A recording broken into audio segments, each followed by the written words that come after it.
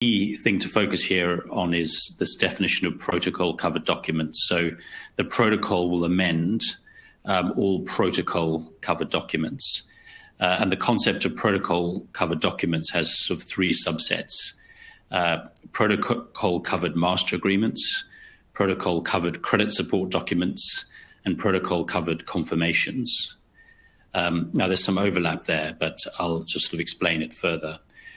In addition, and importantly, and as Ai-Ping mentioned, this doesn't just cover ISDA documentation.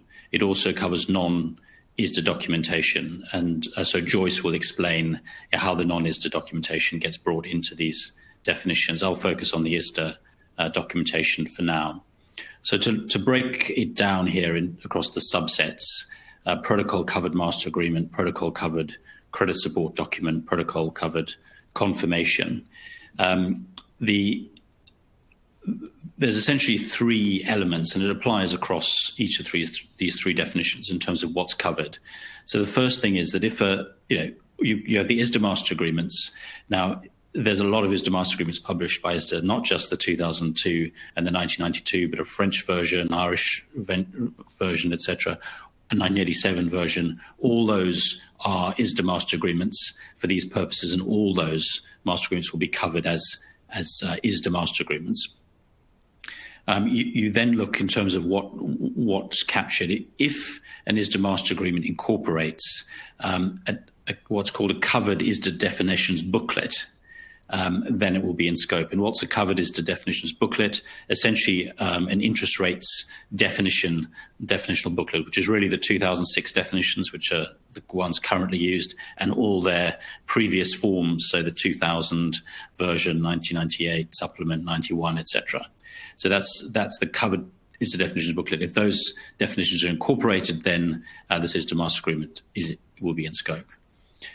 Secondly, if it doesn't actually incorporate a covered ISDA definitions booklet, but it references an IBOR, which is as defined in one of those covered ISDA definition booklets, then again, the master agreement will be in scope. And finally, and most broadly, if the ISDA master agreement incorporates a reference to any relevant IBOR, however defined, then that will also bring it into scope. So in other words, it doesn't have to refer to the definitions booklet or the exact precise defined term from the ISDA definitions booklet. And so just to give you a sense of this, what are the relevant IBORs? I think it's about 13 of them. It's sterling LIBOR, Swiss franc LIBOR, US dollar LIBOR, Euro interbank offered rate, Japanese yen LIBOR, Tokyo interbank offered, and Tokyo interbank, Euro yen Tokyo bank interoffered, bank bill swap rate, Canadian dollar offer rate, Hong Kong interbank offer rate, Singapore dollar, and Thai baht interest rate fix. So all those, any reference at all in any of these ISDA master agreements to any of those rates will automatically bring the ISDA master agreement into scope.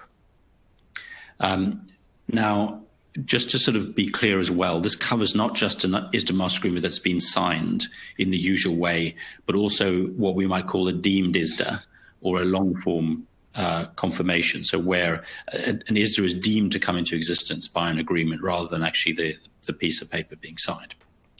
Right, so the next sort of category is credit support documents, protocol covered credit support documents. So that's the same concept. This time it's ISDA credit support documentation. It's all the credit support documents, the credit support deed, and the credit support annexes that have since ever been published by ISDA are in that list. And again, they use the same formula as I've just gone through for the master agreement. So you're looking at, do they incorporate a covered ISDA definitions booklet? Do they reference IBORs, which are defined in a covered ISDA definitions booklet? Or do they reference an IBOR in any way, what's called the relevant IBOR? If they do, then they will be in scope under the protocol covered credit support documentation. And finally, we have the concept of protocol covered confirmations. If you weren't captured already through your master agreements, your credit support documentation, if a confirmation itself, again, has those three criteria, then it'll be in scope. So if it's incorporating an ISDA definitions booklet, if it's using an IBOR that's as defined in the definitions booklet, or if it's referencing a relevant IBOR at all, then it'll be captured. So you can see it's a very, very broad coverage. There's a couple of observations I think that are interesting here. I mean, firstly, it is covering such a broad range of IBOR references in any ISDA documentation. And I think it's something that will be considered a bit later on, but there will be considerations among market participants as to whether all documentation should indeed be covered. So the discussion, for example, that's being had is whether loan-linked ISDAs, where ISDA master agreements, hedging transactions entered into referencing loans, should also be covered by the protocol because of the risk of mismatches. So I won't go into that here. In fact, I think the panelists later will discuss that in the context of bilateral agreements, but it's just a point to note. So I'll just hand over now to Joyce to cover non-ISDA documentation.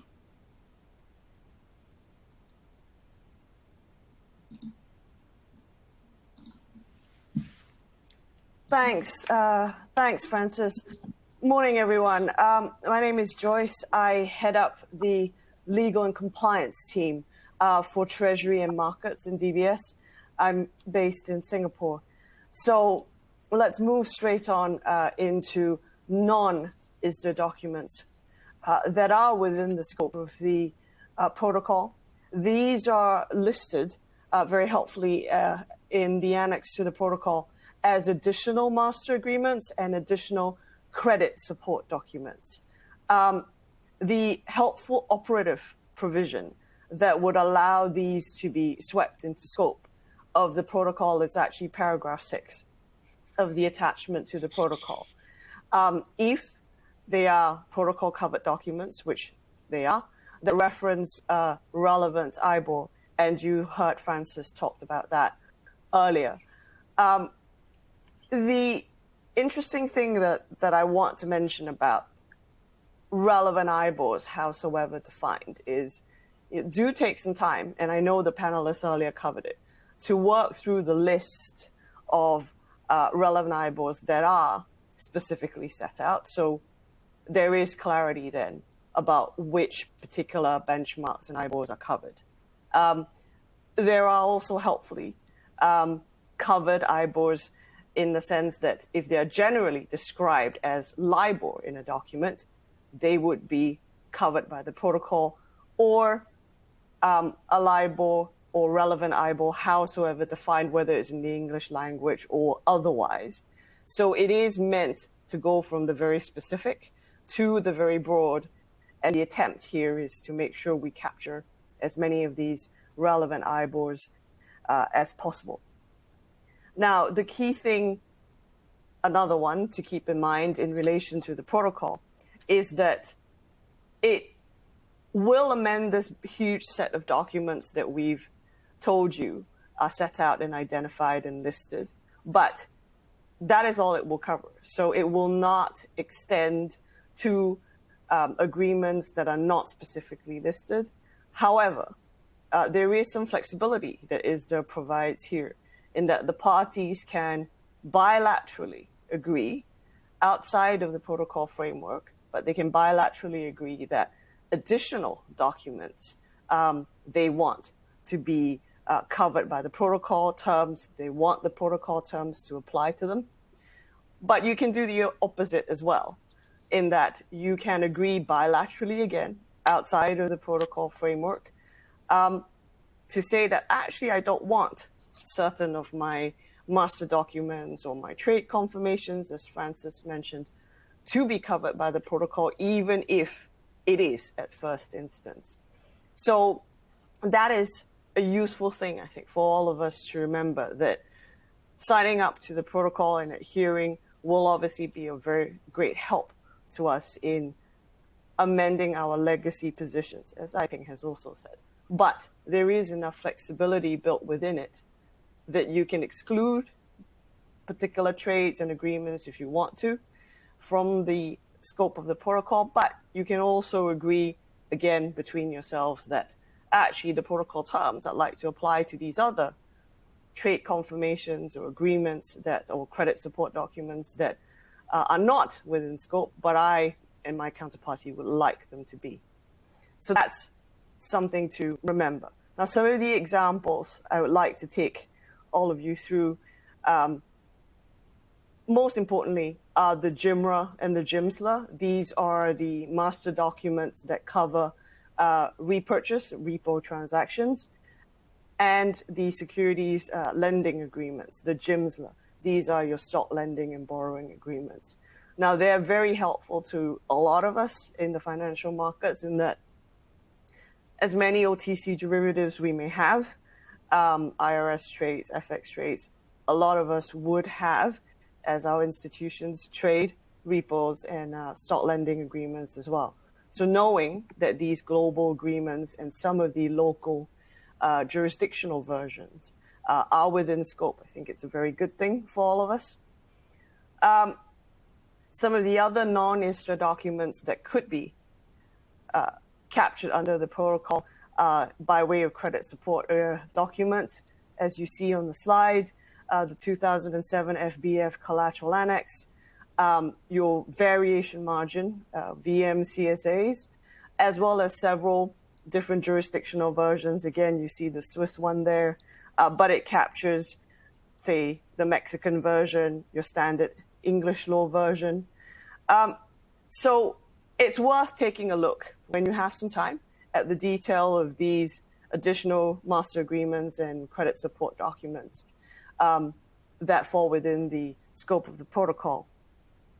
Before I move on to the last couple of points very quickly, I do want to mention, it's not something we've written down in the slides, but do keep in mind that as helpful as the scope of the ISDA protocol now is, there are some trades that don't fall within it. Primarily, if you as an institution, a bank, or you are a corporate buy-side firm contracting with a bank, if you happen to have repo trades or derivative trades that are documented under bespoke terms that the bank offers, not an ISDA, not a GIMRA, not a master agreement at all, but just bank to counterparty. Sometimes they have bespoke terms. Those are not going to be covered by your protocol. If you have trades that are structured products, for example, a structured note of a structured note program, structured debt instruments, or cleared trades that you clear on a CCP like LCH, those are not going to be captured by your protocol.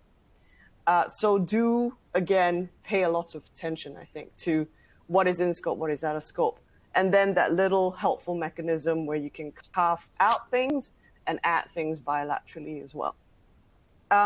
So moving on to that last couple of bullet points on the slide, I mean, ISDA's obviously made the effort to talk to the various industry associations in the different countries who own some of these non-ISDA master agreements and credit support documents.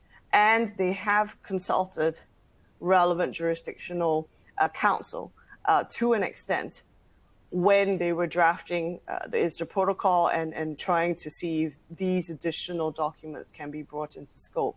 So they have done some work in that sense to provide some level of comfort, but do be aware that each of us will need to be doing our own due diligence and will need to be doing our own assessment and analysis as to how effective adhering to the protocol would be in respect of these additional master agreements or additional credit support documents. So a helpful piece of information that is on the ISDA website linked to the benchmark protocol page is a list of the trade associations as well as foreign counsel that had been approached by ISDA when they were working on the protocol. So if anyone has any further questions, they want to engage that counsel to look into something in more detail, or they need some extra comfort about how the protocol would be legally effective any other things they need to do, any further steps they need to take to make sure everything is in order, you can look up that list on the ISDA website and reach out to that council yourself to get some extra advice if you need to. And I think I'll stop there and hand over now, since we've been talking about adherence, back to Ai-ping, I believe, to talk through the adherence process. Thank you. Great. Thank you very much for that, Joyce. At this point, I just want to, jump into the Q&As, because we've been getting a few Q&As about the interaction between the protocol and the supplement. So one of the questions from an audience member is, does the ISDA IBOR protocol supersede the ISDA benchmark supplement? So no, they don't supersede each other. In fact, the two documents work very much hand in hand. So if you think about it, if you're entering into your IRS trade, you would incorporate your 2006 definitions effective as of the trade date. So the ISDA IBOR supplement will obviously be effective on the 25th of January 2021. And so for your trades entered into, on or after 25th of January 2021, they would be, they would incorporate your ISDA IBOR fallbacks supplement. Right. So all those trades going forward, don't need to be amended. They would just incorporate the supplement. However, for your existing book of trades, all of those entered into prior to that date, well, there isn't an easy way of amending those trades. Literally, you would have to either, amend those trades bilaterally, as other panelists will talk about later on today, or you would have to sign up to the protocol. And by adhering to the protocol, those would amend all your existing book of trades, as long as, as Francis said, you refer to an IBOR, a relevant IBOR, or incorporate a relevant IBOR, etc. So they would amend your existing documents, your book of documents, on the date that the protocol is effective. So I hope that answers that question. So going on now to deal with how can I adhere to the protocol? Well, the protocol is actually open for adherence now. And you've heard Jing say earlier that as of today's date, we have about 740 adherents. So a wide range of entities across buy-side firms and, the major banks and central banks. So a huge number of people have signed up for it. And, real life story, yesterday I was preparing for this session, and a client called me up going, oh, should I adhere to the protocol? What should I do? And, I encouraged him to go to the ISDA website, check the number of banks that were hearing, and he was persuaded. He was like, wow, so many people have signed up for it. I better sign up now too. So this client was actually an agent for a bunch of funds. And, I'll talk about that a little bit later. So anyway, this protocol is open for both ISDA members as well as non-ISDA members, wherever they are based, wherever they are located. So it's anybody can sign up to the protocol. There is no cutoff date for adherence to the protocol currently, though ISDA may introduce a cutoff date later on by giving at least 30 days notice.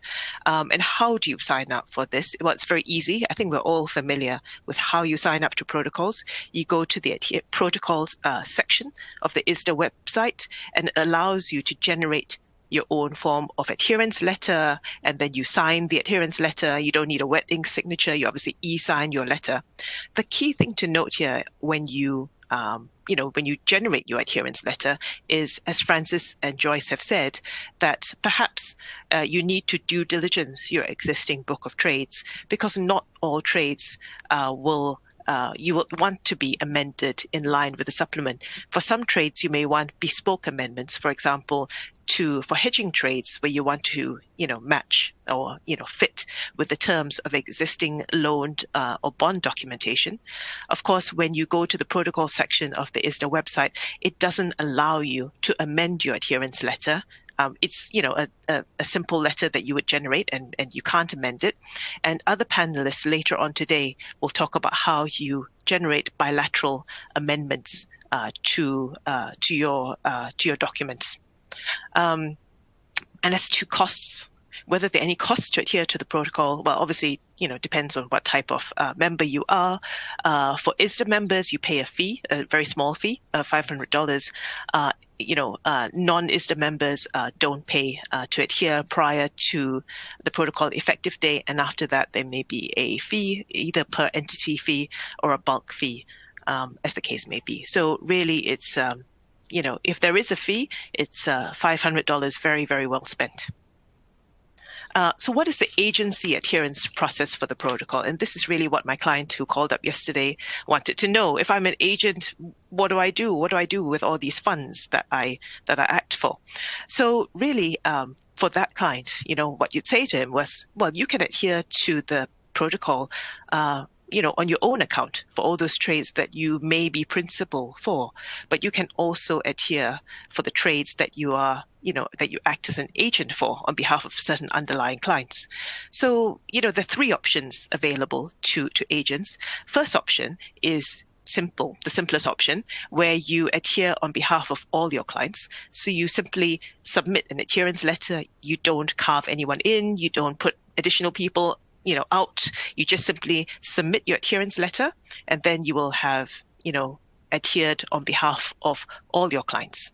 However, if you don't want to adhere on behalf of all your clients, but only a certain selected batch of clients, the two options opened for you. You can either adhere on behalf of certain identified clients only. So you would have to say who those clients are as part of your adherence process, or you would want to adhere to all your clients, but carve a certain bunch of clients out. So again, you would have to, as part of your adherence process, notify ISDA as to which clients you want to carve out of your adherence process. So if you want to do that, there are a couple of other steps that you have to go through. And how you would do that is literally by going through a platform. I think the speaker after me will talk about that. And that platform, will be, ISDA Amend, right? And you can also, the other thing you can do is also make an election regarding the type of documents that you want to amend. So obviously, if you're an agent, you can simply amend all the protocol covered documents that you have entered into on behalf of, all your clients. But sometimes some clients can say, well, actually, I have other documents that I want to amend where, you as agent haven't actually entered into those documents on behalf of that client. So the protocol gives sufficient flexibility. So for those documents, so documents under which, the client has entered into, but the agent itself may not have entered into for those clients, those are called non-agent executed protocol covered documents. And again, there is a space within the ISDA website for the agent to help the client adhere to those documents as well. And so obviously for agents who want to do that, well, there's a sort of double step process.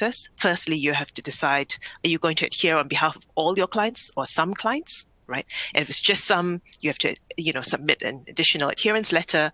Are you going to adhere only for the clients that the agent has entered into for those clients, or other documents as well? And if it's other documents as well, then you have an additional step to go through on the ISDA website. So, that's, again, is a pretty simple process. And of course, you can enter into the protocol on your own capacity as well. And, just one more thing to note is that obviously there is a way for people to request evidence of authority. So, you can request evidence of authority for the agent, and you have, a set period of time for the agent to provide evidence of authority. I think that's 15 business days. So with that, I'll hand over to the next speaker. Thank you very much, Ping. Hi, everyone. So I'm Ming Chung. Sorry. Yeah. It's Joyce. Could I? Yep. Sorry. Yeah, sure. Interrupt for a quick second, just to address a question that's come in before we move to your section, which I know is key, but since it's related, there was a question coming in from the audience about whether a bespoke master agreement that references an IBOR would be covered by the protocol. It won't be. So the document has to be what is called the protocol covered document. So that definition is what Francis went through earlier. But those protocol covered documents includes these additional master agreements and credit support agreements that I talked about. That in them reference a relevant IBOR. So it's conjunctive. They need to have both elements to be covered by the protocol. So if you have a bespoke set of terms that any of the other banks, Citibank, JP Morgan, even DBS, had entered into a separate OTC derivative agreement with you, that is not one of these agreements listed in the protocol. Even if it references a relevant IBOR, you would need to make your bilateral amendments. It won't be picked up by the protocol. So adhering to that won't amend those bespoke terms and conditions if you have any, even if they do happen to reference relevant IBORs. I hope that was helpful. Thank you, Ming. I apologize for taking a few minutes of your time. No, definitely. That was thank you very much, Joyce. Hi, everyone. So I'm Ming Chung, the Director of Reg and Compliance at IHS Markit, looking after the counterparty manager ecosystem. So if I can just go back to this slide. So just a little bit about ISDA Amend. So Aiping has mentioned, you can leverage this platform around how to complete the agency workflow. So let me just show you quickly. So those of you who are not familiar, ISDA Amend is part of our regulatory hub within Counterparty Manager ecosystem that allows clients to exchange tax, CRS, KYC, onboarding, and more importantly, a lot of regulatory information on a single portal. So the ISDA Amend itself is a collaboration between us and ISDA, and it's started around 2012, where the early days of Dodd-Frank took place. And if you can see on the chart displayed right now, it really kind of shows at the 12 o'clock mark where we first started the regulations with Dodd-Frank. And if you go anti-clockwise, you'll see that it covers throughout the last 8 years. We've been working very closely with ISDA and the working groups of digitizing certain rep letters and protocol information on the system. Some of the big ones being, cross-border representations, Dodd-Frank protocol questionnaires, and coming to, more Asia specific, you've got things like ASIC clearing, Hong Kong clearing classification, in Singapore, MAS risk mitigation requirements, and so forth in there. And, not to forget the most recent one and what we'll be talking about today is the ISDA Amend IBOR protocol. And really, this platform is a utility-based approach. So it allows the buy side to log in once, complete the regulations, the representations, and then through a permissioning module, allow you to select the different banks and brokers that want to see that information. So it's pretty straightforward. Just complete it once, and you can share the same information across your different banking relationships. So if I go on to a quick walkthrough of a demo, it's really just within here, the design language and the user experience is around getting the clients to come in, complete the work and task item, and very seamlessly walk you through the different steps to complete that so they can go on to the next step. So as you can see on here, the first step is a 3-step process. So first, apply the adherence ID that you'll get from ISDA.org. So once you've entered that into the platform, the system will then walk you through the next steps. And the type of adherence, as Aiping mentioned earlier, would determine the work item that you'll have on this platform to complete. And then secondly, you just complete the list of your entities or your clients for protocol. So for option 1, and then the same again for option 2. And both of these are independent of each other. And one of the main important items here is the same process across all your other regulations. So if you're already using ISDA Amend, your entity list, your clients list, and information is already available through other regulations that you can just apply very simply. If I move on to the next step.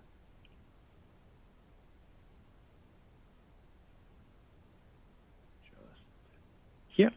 So as I mentioned, the first step is really around adding the adherence ID. So we're connected to ISDA.org. So once you've adhered, you'll get a unique identifier. And within the platform, you'll select the investment manager or the parent name that is in question that you need to adhere to.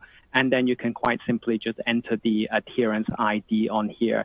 And as you can see, once you hit save across the middle of the screen, you'll be able to see it connected and informing you what type of adherence you have selected. And in this case, we have option 1 and option 2 both available. Again, option 1 being if you want to select specific funds that you want to incorporate in this protocol, or you can actually exclude certain funds or clients within that process. And you can also choose for option 2 as well on here for your non-agent executed agreements. None of these are independent, so you can complete them as required for each one as well. So as we move on to the next step, and you can see we've got a few screens here, but essentially it's pretty straightforward. As I mentioned, either you're a new client on the system that you can then create a new list of your clients that you want to include or exclude as part of the list. You have options to save that information, so that list can be reused for other regulations as and when it's required. And you simply just select them from the list. If you've already have existing entities, you'll have them on the bottom left-hand corner where you can just select the names that you want to be part of, either included or excluded, save that, and then once you hit next, you can see the next step is really just to add your counterparty permission. So you can select for that specific list which counterparties are needed to be included, and that's really as simple as that. Option 2 follows exactly the same process. You select the names of your clients and then select the counterparties that need to be applied. We have bulk upload features that make this a lot easier if you're a large agency, with many different clients. You can simply upload Excel files that will, generate those items as well. Okay. So if I just move on to the final one, from a bank perspective, your workflow is actually much more simplistic because you're not needing to nominate all of your clients' names and so forth. So really, you have one single report function within ISDA Amend that you can download and get the information across all the clients that have permissioned you within that information. We've also added some really easy workflow tools within there that both the connection into ISDA.org that you can pull in the adherence information based on the adherence ID. We're also connected to the Glyph database that allows the validation and the checks on the LEIs of the names that you get as well. So makes it, everything centralized in a single report opposed to having to look through client by client information there. So I know that's all I really wanted to walk through today. So if I'll put it back to the group and address any questions that may come in as well. Thank you. Hi, thank you, Ming. It's Ai-ping. Just to answer one question that's come in from the audience, can you elaborate more regarding the fees, the ISDA, the fees for adhering to the protocol of $500 US? So what I encourage people to do is go to the FAQs on the ISDA website. So ISDA has quite comprehensive, pretty long FAQs, and look at section F of the FAQs, which talks about fees. The fees state that for ISDA primary members, the adherence fee is $500 US. For non-ISDA primary members, there's no fee before the adherence date, the protocol adherence date, but after the protocol adherence date, the fee is $500 US. For funds, there is, a different system. So for funds, you can get like a bulk adherence fee, and there is an email that you can email, and that's actually in item F of the FAQs. So if you're adhering on behalf of a fund, please go to that section of the FAQs and, and email the contact details there. Thank you. I think just to add to Ai-ping's response, which was great, might be stating the obvious, but if you're not sure if you're an ISDA primary member or not, there is a list on the ISDA website as well. So look for ISDA members or ISDA membership if you need to double check whether you or one of your affiliates or subsidiaries are members. And I believe affiliates and subsidiaries that benefit from their parent being an ISDA primary member, when they adhere, they also will need to pay the $500 fee. But as Ai-ping said, the details are in section F of that FAQ. Hope that little extra tidbit is also of help.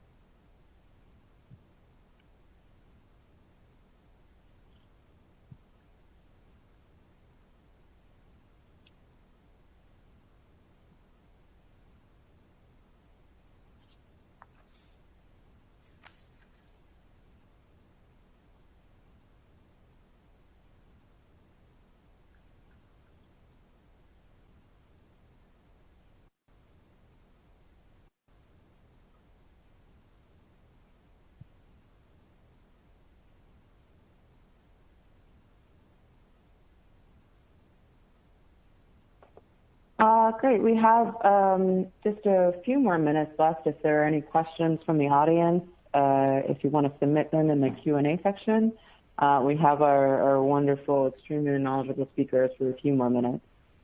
If anybody wants to submit those now.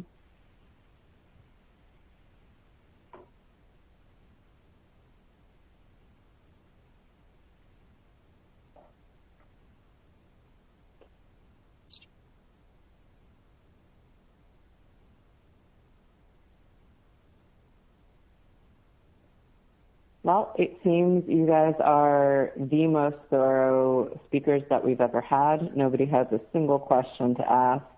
So if we were giving a test, we'd expect everybody would have 100%.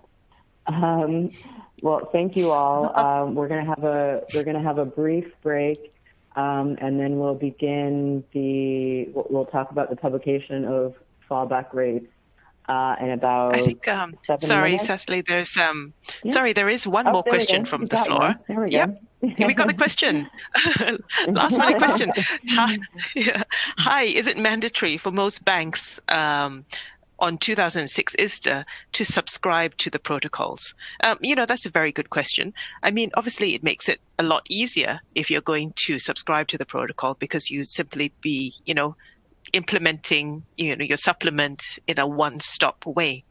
But as Francis and Joyce have said earlier, the key question for you is, well, that probably works for most of your day-to-day ISDAs, but for some of your ISDA trades, those that hedge particular loan portfolios, or those for bespoke documents, or those that entered into to hedge notes, for example, as we all know, even in the notes world, the fallbacks have been developing in a really different way. So, you've got ARC language, which is different. You've got the new APLMA, drafts, which have come out, which, are quite different. So if you're hedging those particular loans, you might want to carve those particular trades out of the protocol and supplement, and do a bespoke amendment. And I hope that answers the question. It does make it very obvious, I think. Ai-ping and Francis and Ming as well have mentioned it, that if you haven't made a start, please do as quickly as possible in relation to due diligence on your portfolio. If it makes it worth your while, whether you're a bank or a corporate, because you have a big enough book of derivatives that are affected, and therefore adhering to the protocol is going to be helpful for you to migrate and amend your legacy trades without doing individual bilateral amendments, then that may be the way to go. But there are these other, I don't want to say outliers, but we all have trades out there that hedge loans and bonds and were entered into for very particular purpose, perhaps in the past, that you might not want the protocol terms to apply to. And by the flip side, there may be trades you have that you want protocol terms to apply, but are not covered. So then you also need to go and do bilateral agreements, which will be covered later, that will help you do that. So it is pretty key to get to know your portfolios very well and start engaging with clients if you're a bank, to try and work out whether they also should be adhering to to the protocol or not in relation to their trades that they happen to be doing with yourself. And there is another question from the audience, all these questions coming in. So Joyce just mentioned that the only protocol covered documents will be amended by the protocol. What happens if we have confirmations under bank bespoke master agreements that incorporate the LIBOR BBA definition under the 2006 definitions? Will that confirmation be amended by the protocol? I guess the first, I think the response to that is no, because as Joyce mentioned, it's only protocol covered documents that are amended by the protocol. So for bank bespoke, mini master agreements or private bank mini master agreements, you're going to have to put in bespoke changes to those documents. Yes, agreed with Ai-ping on that response.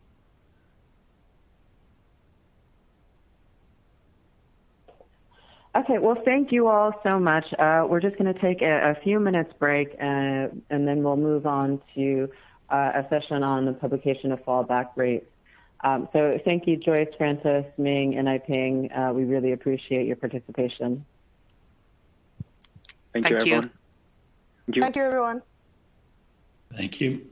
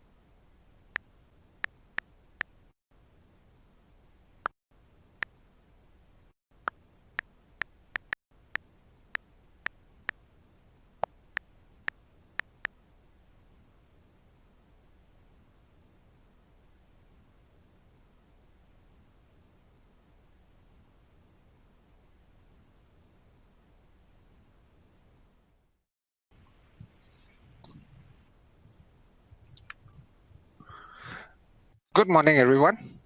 On behalf of Bloomberg, I would like to thank ISDA for the opportunity to share Bloomberg's role as the adjustment service vendor for IBOR fallbacks that ISDA is implementing for certain IBORs.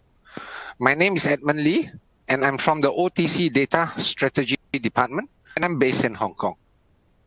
I would also like to thank ISDA for working with Bloomberg on this set of slides, which we used on the 9th November event in New York, where my Bloomberg colleagues spoke jointly with ISDA's Jonathan Martin, Director of Market Infrastructure.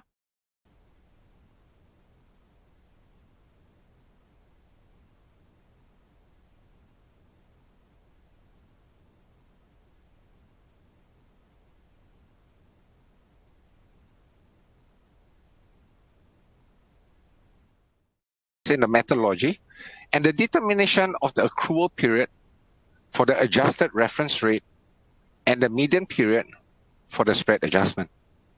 Following that, where the fallback data can be assessed, along with commercial usage terms, and finally, where additional and useful resources can be found. It is important to note that the fallback methodology determined through ISDA's consultations cannot be changed, and should there be some extraordinary justification under which to consider doing so, a new market consultation would likely be required first. Now, at a high level, the all-in fallback rate is just made up of a sum of two components, an adjusted reference rate and the other, a spread adjustment. The adjusted reference rate is just simply the overnight risk-free rate, or RFR, compounded for the appropriate tenor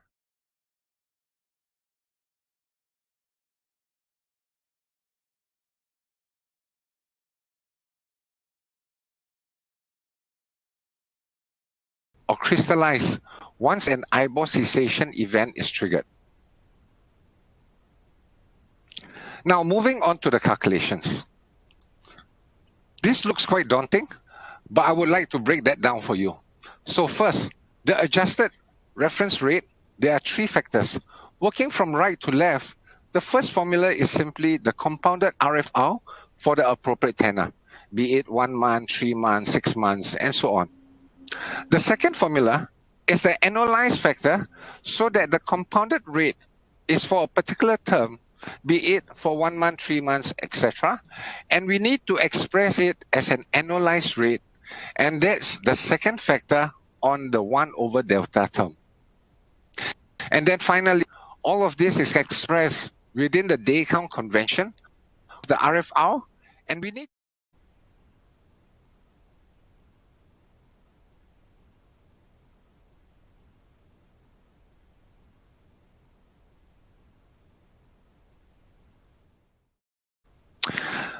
the Bloomberg Index Service, known as BISL, has the specific methodology for calculating this compounded rate, which is laid out in the rulebook that is available on the Bloomberg terminal at ISDA Go, and you can download that in PDF form.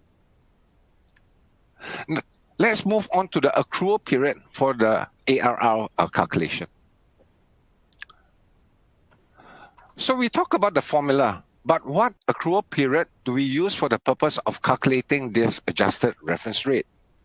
So, with this illustration, let's look at a 1 month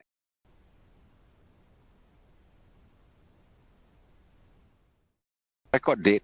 And starting from the IBOR record date, we are going to count 2 days, assuming it is the US dollar as spot, 2 IBOR business days.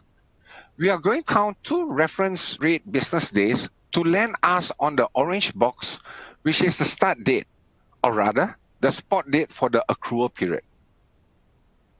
From there, we work backwards and subtract 2 reference business days and land on the green box. And this looks like quite a lot of fixing calculations. The whole point here is we need to produce an accrual period so that the end date of this accrual period is designed to land 2 days before the payment date of a contract. The working group chose not to make any changes to payment dates of a contract as a result of the consulting groups. And so what we needed to do was to design when the calculated rate is ideally available. The big idea here is that the accrual period for the ARR does not match the accrual period of the original IBOR, and that is by design. So it does need to be shifted back 2 days. So This particular example illustrates that when you shift back, you do not necessarily land on the original IBOR rate record date because it may not be a risk-free business day. And in this illustration, the accrual start date actually starts 1 day prior to the IBOR record date. Now let us move to the second component, which is the spread adjustment. And as we mentioned earlier, the spread adjustment is just the median value of the historical spread between the IBOR in question and the adjusted reference rate over a historical 5-year period. To compute the median period reference as MP in this calculation,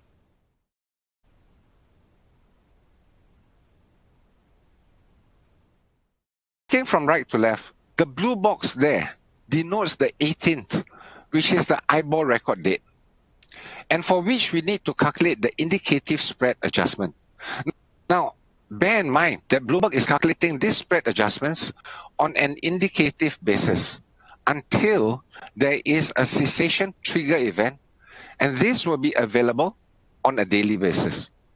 So what we are doing here is going through that calculation on how that median period is chosen. So it's not quite 5 years from the IBOR record date. There is a bit of a subtle calculation where initially you subtract the tenor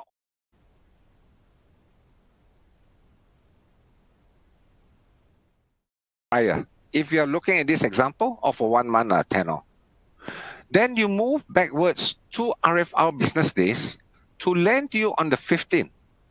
And then that 15th is the median period end date.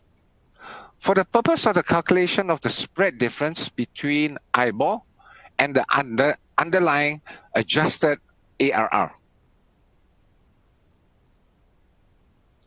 The interplay of IBOR,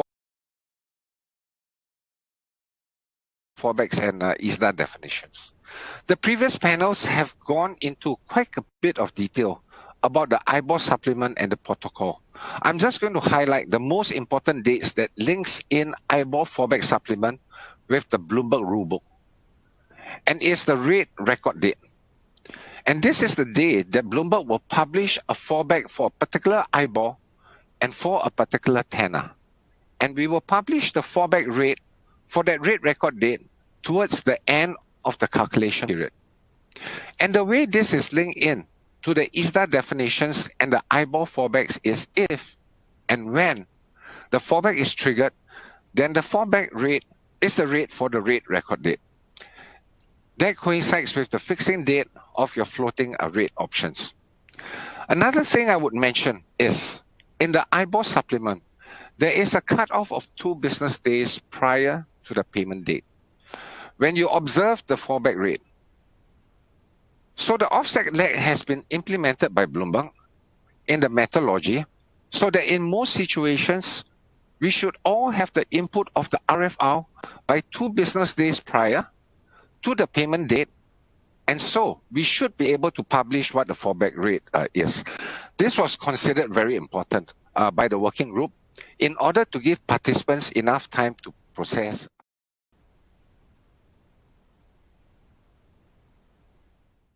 Also published for original IBOR rate record days that are non-business day, which is weekdays. Even though these days would not have had IBOR rates published.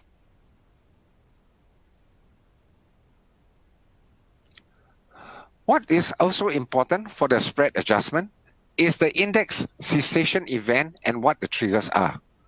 The trigger is a public statement announcing a permanent discontinuation on the IBORs, or also a statement by the FCA that the rates is no longer representative. So the important point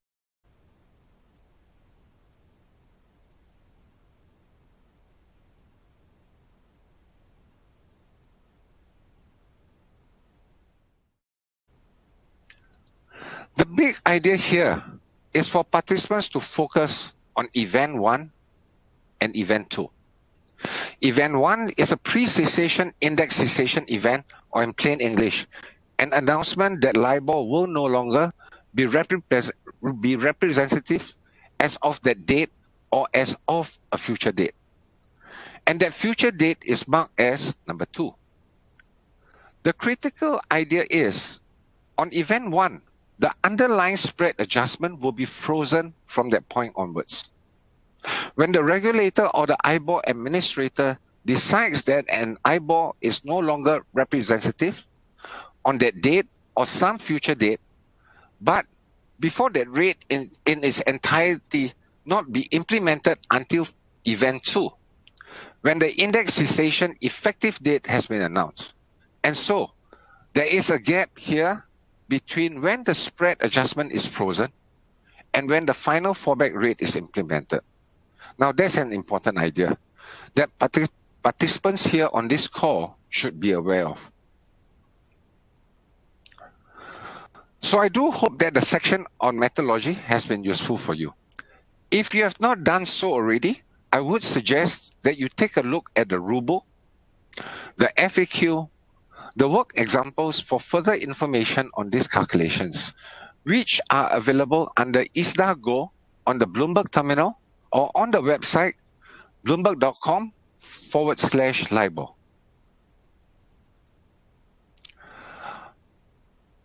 Now on data availability and the timing. At the moment, we are publishing indicative rates based on historical values available. The latest risk-free rates that are published on a daily basis for all the 11 rate sets. The timings of the publication are governed by when the risk-free rates are published in the local markets. Hence, on the table on the screen here, it shows the local times that the risk-free rates are published. So we will generally publish the updated fallback rates within approximately 30 minutes of the risk-free rate being published for the local market. In case of a holiday, there's no risk-free rate to be published, then we will still update the spread adjustments.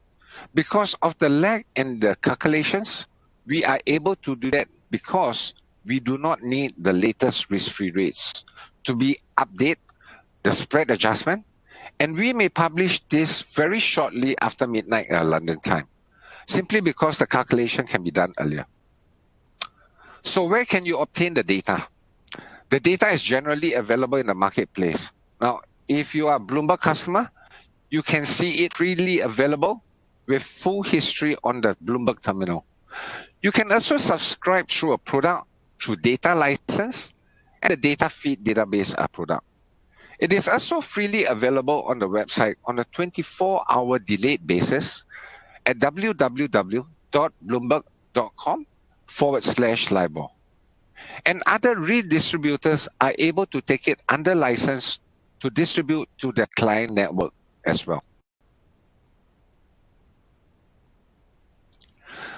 Just to expand it a little more, if you were to go to the Bloomberg terminal, the landing page for this data is FBAK Go. So FBAK Go, which is also referred to in the ISDA definition, updated as the page to look for the latest value. So Bloomberg publishes the table updated each day of the fallback rates and the spread adjustments, the compounded RFR components to the fallback rates on a daily basis. If you want the history or information about any of the particular tickers, you can just click into any of the tickers and tenors and go to the DES page for the description or HP for the historical data set. As ISDA earlier mentioned, there can be scenarios where multiple rate record days are published.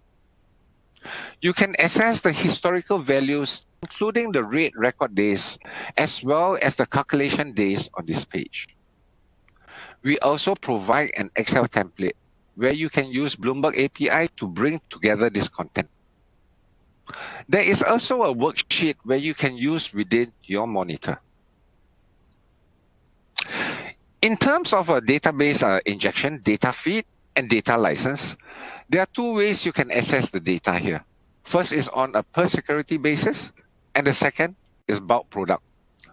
For per security, for each of the roughly 200 tickers, you can choose one or multiples of this to access value for given date or for a historical date range. For the bulk data sets, these are aligned to the 11 IBOR fallback rates that we would be publishing, or 11 data sets. You can access the related content on a go-forward basis or as a historical product. Those that want to see the data or get an idea of it, it is publicly available for free on the website, and we have a rolling 5-day historical file for each of the rate sets. Now, let me talk through the commercial details and additional resources. For usage, I've seen several questions around it. Usage licenses and commercial terms involved. Essentially, there's 2 core licenses available at the moment, either to redistribute the data through multi-vendors and so on, or to use the data within a financial product, chiefly here as a fallback rate within the ISDA documented swap or an option.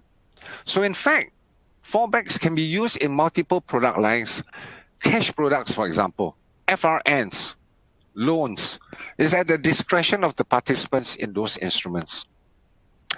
In terms of license, what it means is a usage license simply allows on a global firm worldwide basis the use of the rate as fallbacks in financial products. There are no fees to pay now until the rate are effective or the end of the first quarter of 2022. The license fees are essentially a global single annual fee to use in multiple products. There is no counting of products, no counting of users. It is simply a global firm-wide, including all affiliates license. For certain entities that are infrastructure providers, that are clearinghouses, index companies, benchmark administrators, enterprise technology providers, we have an infrastructure usage license, and as I mentioned earlier, we have a license for redistributors. Annual usage license fees for firms are waived.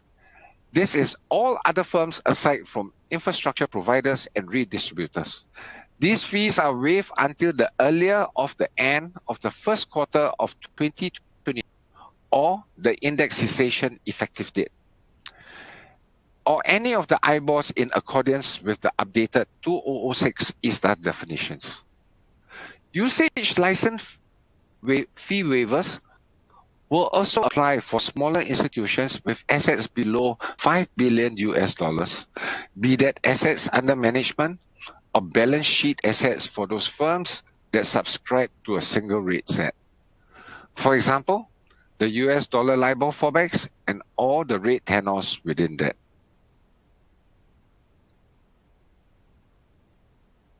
And finally, here are some additional resources available to look at either on the Bloomberg terminal, at ISDA Go, or RFR Go, and on the Bloomberg website at bloomberg.com/LIBOR. You will find we have the rulebook, a set of FAQs, sample calculations of how the fallbacks are constructed, some technical notes on the data sets, a fact sheet, and a list of tickers for each of the fallback adjusted reference rates and spread adjustment. Now, on that note, thank you for your time. Any questions, please do not hesitate to reach out. We look forward to working with the industry together towards a smooth transition. Now over to the next speaker.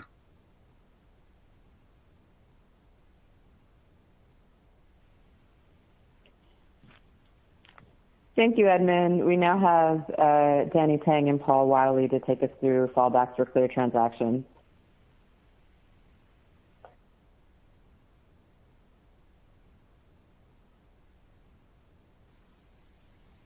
For cleared transactions. There's myself, Paul Wiley. I head risk for Asia Pacific for LCH. I'm joined by Danny Tang. Danny, do you want to introduce yourself? Yeah, sure. Thank you, Paul. Thank you all to join this event today. My name is Danny Tang. I head up the product development team in OTC Clear, which is a CCP established by Hong Kong EX. I'm based in Hong Kong. So I think today we had previous sessions to cover a lot of details about the Easter supplements and the fallback and the fallback protocol. I think in this session we will talk about how the fallback is going to implement in the clearinghouse and how it's going to apply to the new and the legacy clear transactions. So before we go to the core part of the session today, I think it's a good time to do a recap about where we are now. I think for the whole benchmark reform exercise, there's a lot of work done in the past few months, including the RFR identifications and the CCP discounting switch. Maybe I will just let Paul to kick off. Maybe Paul, you can talk about the L6 side, and I can cover the Hong Kong EX side of work. Sure. Thanks for that, Danny. Yeah, look, clearinghouses, along with everyone else in the market, have been on this journey to the new RFRs and the new fallbacks, and it follows pretty much a fairly similar path. And so clearinghouses with the obligation to clear interest rate derivatives are generally, or from LCH's perspective, I can certainly say we're the largest user of IBORs worldwide.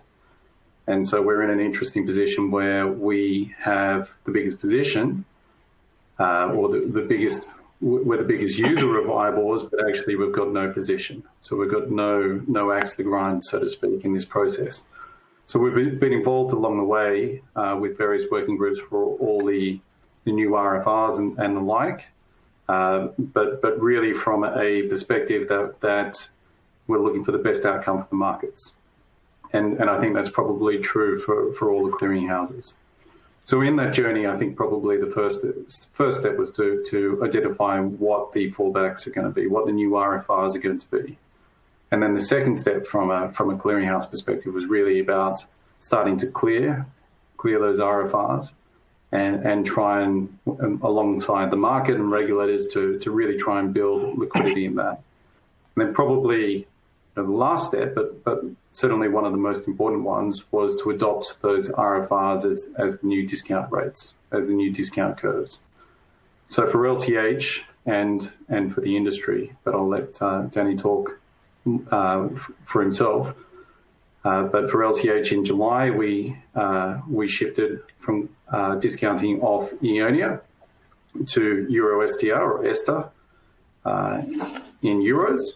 And in October, we shifted from discounting of Fed funds to SOFR in US dollars. Given Eonia was defined as ESTA plus a margin, when we did that process, the discount curve switch for euros, we could do it a little bit quicker because there was just the change. We needed to compensate just for the change in MPV of those trades. So we didn't have to compensate for the change in risk. And so there was a cash compensation amount for the euro switch. For the US dollar transition or a change in discount curve, there was a cash compensation for the change, but there was also a risk compensation because the underlying risk was changing from to the discount curve, and its real risk was changing from Fed funds to SOFR. So we, for the majority, well, for all our members and a large proportion of our clients, we gave them SOFR swaps and Fed fund swaps to mitigate or hedge that basis risk that they'd inherited as a result of this change, and really try and put the aim of this was really to try and put people back in the same position they were previously. So with that process and with a lot of people now having those SOFR swaps, we've seen a significant increase in SOFR volumes in October since we've done that. And going back to that second point about what are the important steps, well, one of them is building liquidity, and that change in discount curve has really helped push us along that path. Danny? Yep, thank you, Paul. So for Hong Kong EX, we have also completed the Euro discounting switch in July and the SOFR discounting switch a few weeks ago in October. So we are very pleased with the whole process, and we received good feedback from the market participants. So we offer a choice to our clearing members whether they would like to have a swap compensations, and we let the market to determine if the basis swaps were required for the discounting switch. The outcome demonstrates that most of our clearing members at our clearing venue, in particular for the price takers, they would prefer not to take the basis swap as they don't need to hedge the discounting basis between the Fed fund and SOFR. And for that reason, we didn't offer the swap compensation in our venue. But we completed the calculations of the cash compensation and we went through the switching over the weekend and also settled the cash adjustment on the next Tuesday. The process was very smooth and it was well planned and executed. So we have a lot of knowledge sharing and education beforehand. It went very good, and I'm very pleased with the whole process.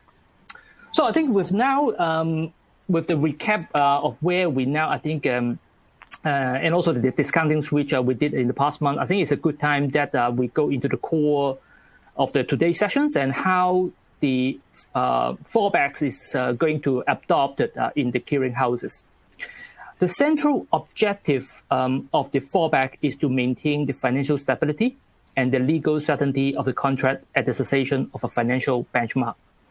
We believe that as a CCP, we have a role to harmonize the practices across CCPs and also the bilateral markets.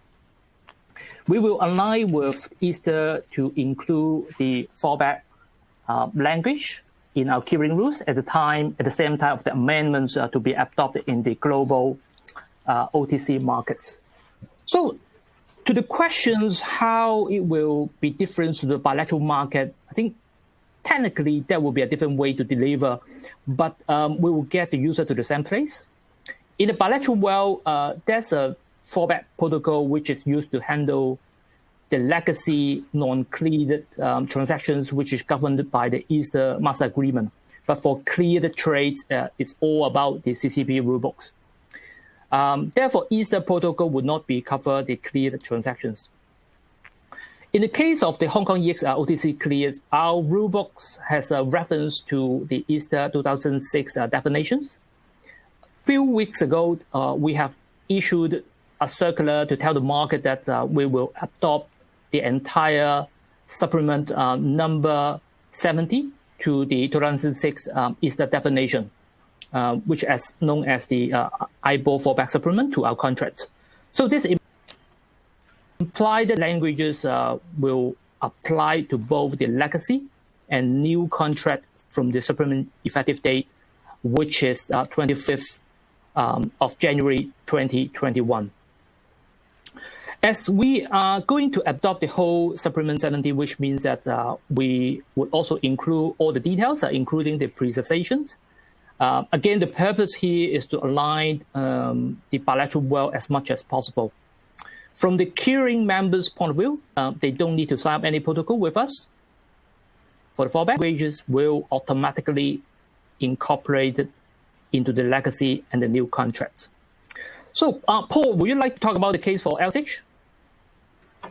Yeah, thank you. So a very similar situation, and I guess that wouldn't be a surprise to anyone. But LCH, along with HKEX, we have a rulebook which governs what we do, and similar to them, the Easter protocols will be incorporated within that rulebook. So they'll be updated and override or supersede the existing ones and be incorporated into our rulebook in entirety.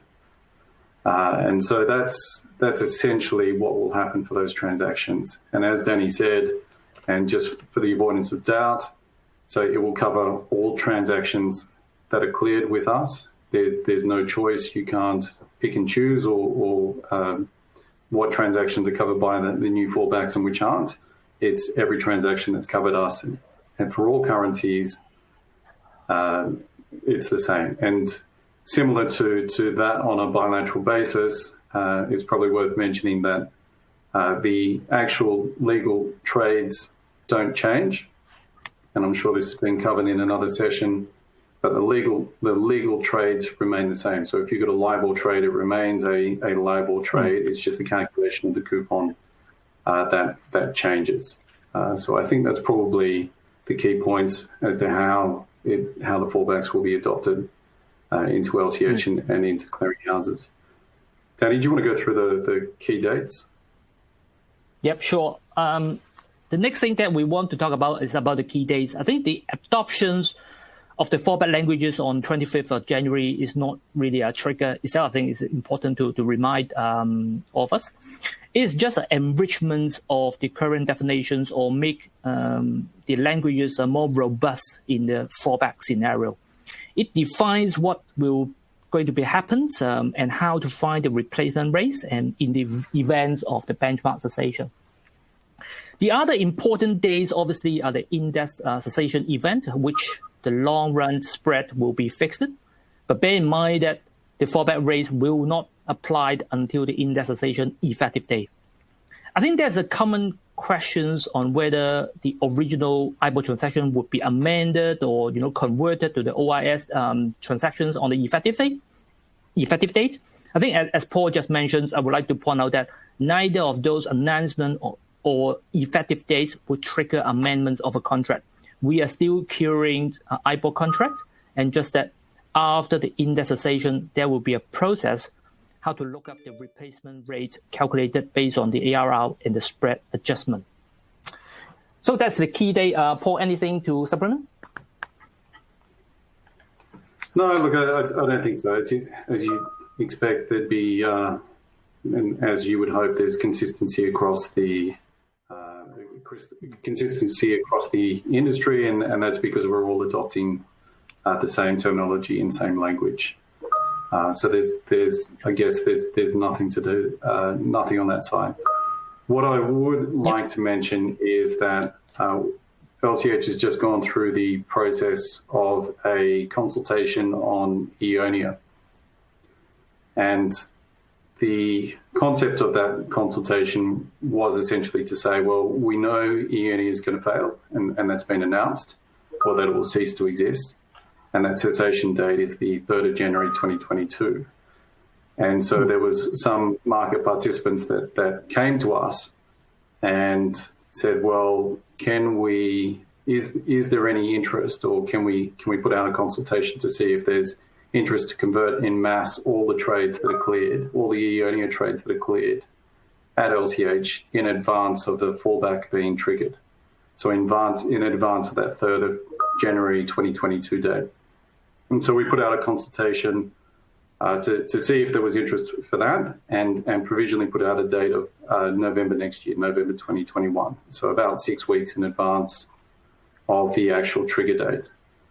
And we've had the results of that, and we've announced it recently, and there was an overwhelming interest in terms of those people that came back in doing that. And so in November next year, for Eonia, the trades will be converted not to the fallback, which is Ester plus a margin, but to Ester flat trades. So converting the trades from Eonia trades to legally Ester trades, whereas under the fallback provision, it would have stayed as Eonia trades. So we're legally changing the trades to Ester trades, and then we'll pay compensation for the change in MPV, similar to what we did for the discount curve. And that will be paid as a cash payment in November next year. And so that's kind of got a few neat things, I think, and it's certainly something to think about in terms of this fallback process. So number one, it allows the market to determine the timing as opposed to the regulators. Number two, rather than having a fairly complex situation where you've got a trade legally assigned to one name, but actually the coupon's determined off a different benchmark, it kind of solves that problem too. And it solves the problem of the fallback language where it's a new RFR or a new benchmark plus a margin. So it gets rid of that because the trades are switched to the new RFR at a flat rate. So in this case, Ester is a flat rate. So I think that's kind of interesting because it's in that instance, it's actually taking the fallback language or doing what the fallback language was intended to do in advance of it actually occurring. And I think that's probably something that there might be interest to do in other benchmarks as well. But obviously we'll have to wait and see on that at that point in time. Yep, thank you, Paul. I think the EONIA part is interesting. I think that's bring us to probably the next items, or we can talk about the actual implementations of the fallback rates. I think the fallback, all we know that the fallback reform is one of the biggest challenges in the financial market history. It's a very complex, multi-dimensional task, and it's really important to have an industry organization like ISDA to lead and to establish the consensus across the world, to calculate the fallback replacement rate, and also establish the new definitions for the benchmark cessation. I think that the next is really depends on how the industry is going to react on such new definitions and fallback rates, and the actual implementations of putting the fallback rate into the live environment. For example, financial institutions, they will need to understand like the implications of the trade pricing, trade fixing, and all the respective credit or market risk management. So while we understand that LIBOR will continue to publish until the end of 2021, but this does not mean that we have more than a year to prepare the transitions. Apart from the legal and documentation side of work, I think system or infrastructure readiness will also be a very important part of the transitions. For example, pricing derivative transactions would depend on the correct projections of the future cash flow and discount it back to today's value. While at this point in time, we don't know the exact effective days of the index cessation event. However, once the regulators announce the cessation settings and the effective date, the way how we project the cash flow beyond the effective date could be different as today's pricing mechanism. In addition, given the milestones suggested by the regulatory bodies, new LIBOR derivative transactions maturing after 2021 may gradually disappear in the market after mid next year. We will need to observe how the RFL trading activities will pick up and how will it integrate into the pricing mechanism of the legacy LIBOR transactions.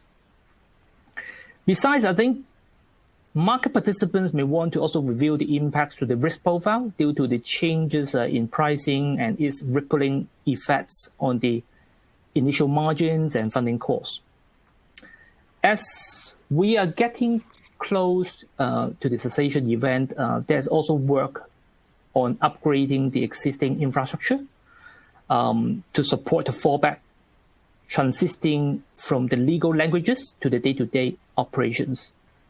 The chosen fallback is a combination of the relevant overnight RFL compounded in arrears and a fixed spreads to reflect the risk premiums associated to a term. Instead of the fixing in advance for the original IBOR transactions, under the fallback, the fixing of the coupon will have to be deferred towards to the end of the coupon period and look up the fallback rate produced by Bloomberg before the coupon payment date. So I think that's a couple of points that I want to highlight regarding the implementation of the fallback. So Paul, anything to supplement? No, look, I think we've covered that. You've covered that very well. So on that one. Yep. I think on the next thing that I want to also mention is about the cross-currency swap. I think that there's a lot of questions around this product. As the fallback rates will not be only applied to the single currency interest rate swap, right? Because it will also impact to other derivatives with a reference rate to IBOR, including the cross-currency swap. So CCS will carry additional complications because the transitions or the transactions would involve actually two benchmark rates. The fallback will be applied to the individual legs in accordance to the announcement for each legacy rate. Therefore, I think we all need to be aware that tenor basis could appear if one leg moves to a fallback, fallback to the overnight rate, but not the others. And also, the fixed spreads based on the 5-year median could be calculated from a different period if the announcement is made by the different regulators at a different time. And also, there's also questions about the future conventions of a cross-currency swap, in particular for the currency or the jurisdiction with the multi-rate approach, like, for example, in Hong Kong. So we have HIBOR and HONIA. So it will be interesting to see how the market would develop in the future if the CCS would be US dollar SOFR on one side for the US dollar leg versus the Hong Kong dollar HIBOR or the Hong Kong dollar HONIA. I think we have prepared a poll questions on this. Maybe I think it's the right time to take a quick look on these questions. Yeah. So I think there's two questions that we've got, and and hopefully you can answer on behalf of your firm or what you think is the best way to do it. But the first question is really about the wider benchmark reform piece, and so that's how are you intending to manage trades on benchmarks that may fail. So you do nothing, so keep the trades as they are and rely solely on the fallback language to manage a benchmark that fails. The second option B, to convert all the trades in advance, and so try and mitigate that benchmark failure risk and the operational risk around that by trying to get ahead of any benchmark failure. C, a combination of A or B, so a combination of rely on fallbacks in some instance and trying to reduce your outstanding notional in advance.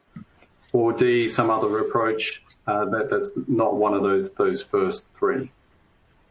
So I think we'll just give a minute or so for some answers to come through on that. But it's essentially, I think this is probably really the key point that we're at, and the key thing that's going to happen for 2021 is how and what firms do in this space. I mean, what are your thoughts on that, Danny?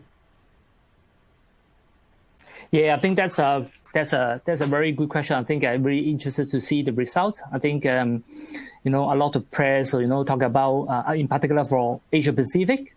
I think it is interesting to see the financial institution in Asia Pacific, how they ready or have they all be prepared for the transitions next year. Yeah, so we'll give that a second, and the regulators have been quite vocal on this approach in saying that they're sending out Dear CEO letters in various jurisdictions around the world to make sure that everyone's got a plan and everyone has thought about this and thought about what they're actually doing. So should we see if we've got some results here at the moment? I can click over to the next slide and see. So the results being that the most popular option being a combination of A and B, so converting some of the trades in advance or trying to manage down the notional, and then a proportion of trades that are relying just solely on the fallback language, which I think is interesting because as I said before, the regulators have been very vocal in this topic or on this topic around the world, saying that fallback should be considered just that, fallbacks, and that the number one option or the plan A and plan B and plan C should be to try and do something to convert in advance, and so not rely on that. So I think that's certainly a very interesting answer. And then if we head if we just ask the second question, which leads into what you just discussed, Danny, which was on cross-currency swaps. So cross-currency swaps being a significant product in particularly in the Asia Pacific region, and a particular tool for using funding is important to this region. So given the benchmark reform, will that actually change how your firm trades cross-currency swaps? So do you think that they will continue to, as option A says, yes, it will change how we trade them, and I expect us to start trading SOFR or an RFR versus a local RFR, so in Hong Kong, Honya, or SORA in Singapore, or AONIA in Australia. So trading RFR versus RFR, or answer B, no, I don't think the market's going to change, and the current customs of using the local term benchmark will continue to be used. And so you will end up in a situation where you've got an overnight risk-free rate versus a term risky rate in something like HIBOR. So again, it's kind of an important issue and one that the market's grappling with at the moment. So we'll just switch over. I think we've given enough time there to switch over and see if we've got answers on that too now. So the answer being 60% of people saying yes, we expect to start trading the market to start trading RFR versus RFR, or local RFR versus the funding currencies overseas on cross-currency swaps, whereas 40% saying actually that there's no change to the market. And it's I think there was. Sorry, you did that. Yeah, I just want to mention, I think the result quite makes sense. And, as I mentioned, trading SOFR versus a local RFR, that could, eliminate some of the, basis risk. But I think the consideration in Asia, I think it's more on whether the local RFR have enough depth or liquidity, to support those transactions.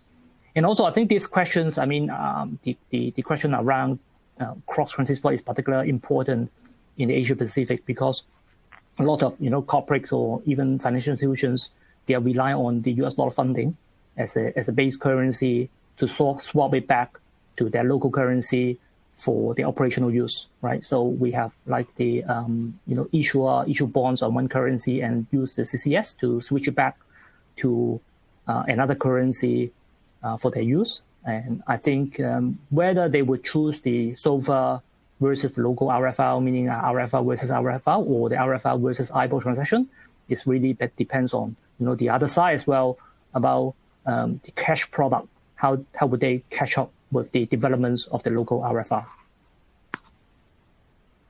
Yeah, it's certainly an interesting it's an interesting market, and it'll be interesting to see how it develops. Speaking to traders, I think they are very much of the view that it will be RFR versus RFR, but actually speaking to people on funding desks and the like, it seems that they think it's something consistent to what they've done in the past. And really, it's more of an issue for the APAC region, given that in APAC there are going to be a number of multi-curve currencies, which isn't the case overseas.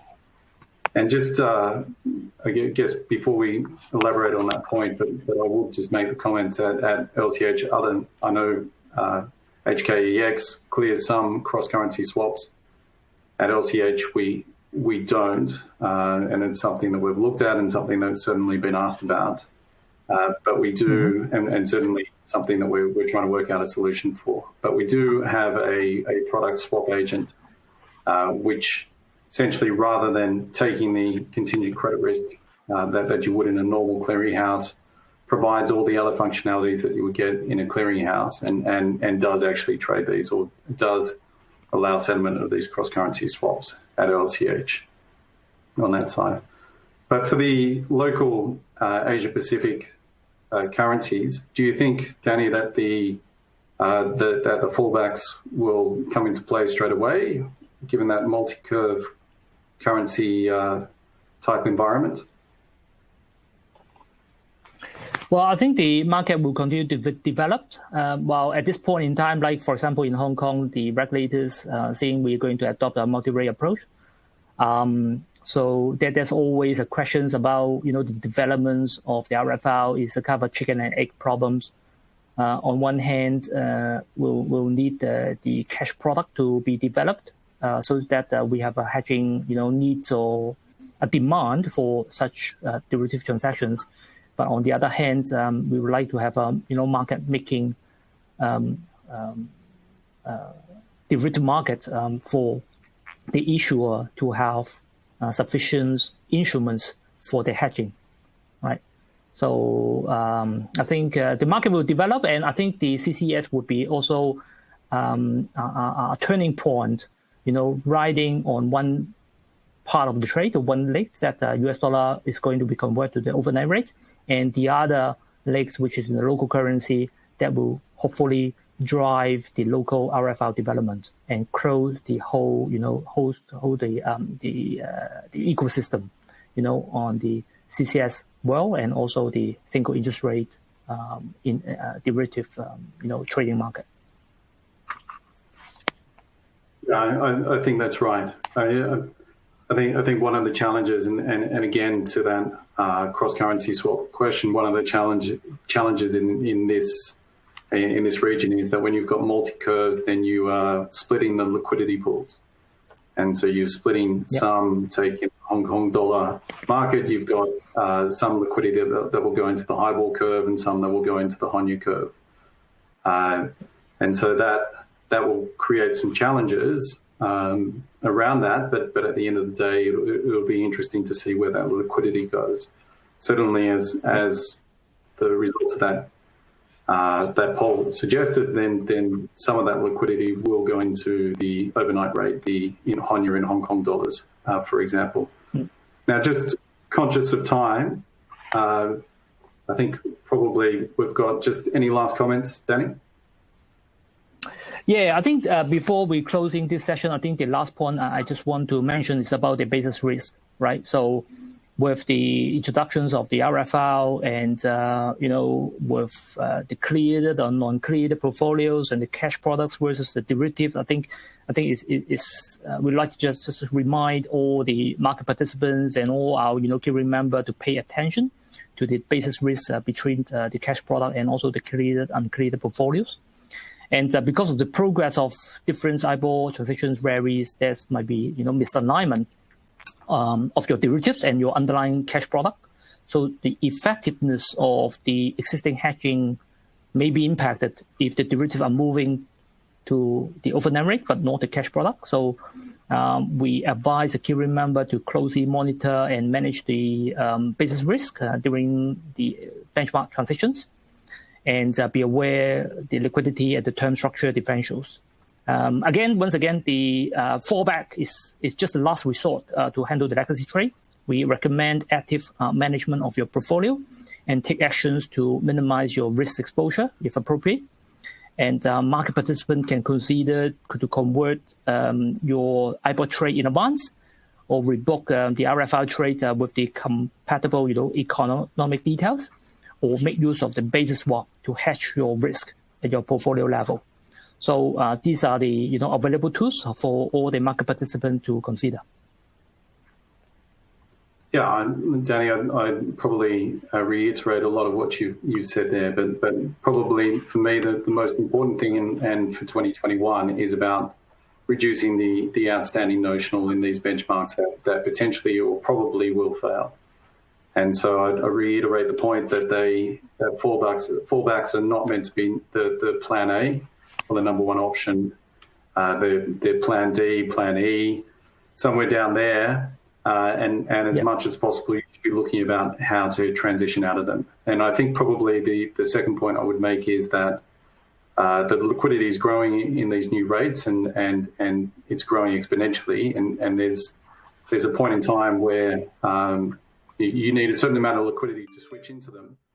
but you've also got to be aware that you need a certain amount of liquidity to switch out of the existing benchmarks as well. And at some point, both of those things will change. So you just be aware of that and take that into account.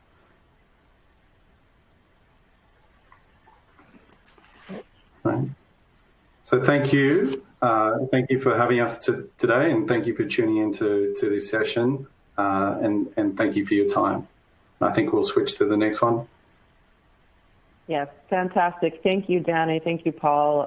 We'll have about a 5-minute break, and then we'll do the final few sessions on bilateral templates and fallbacks for nonlinear and RFR-based products. So thank you again, Paul and Danny.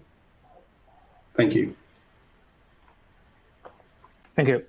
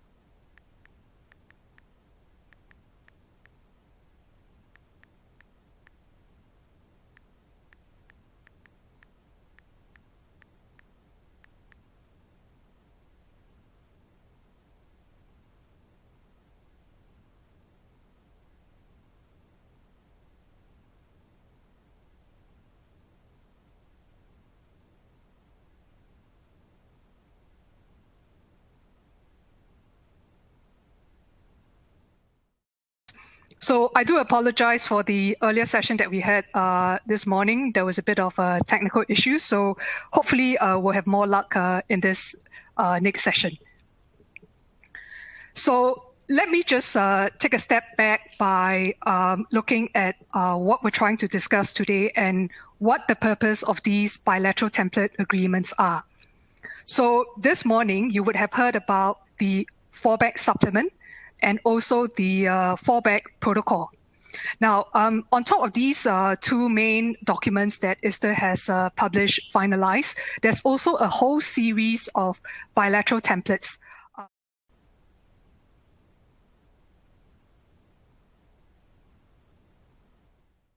The website, and it's intended to achieve a few things. So firstly, is to help perhaps certain market participants like buy-side firms or borrowers to actually bilaterally adopt the terms of the protocol. So that's one. Second purpose is to perhaps help adherents to the protocol to make certain amendments to the protocol provisions. And we'll come to some examples as to why that may be the case.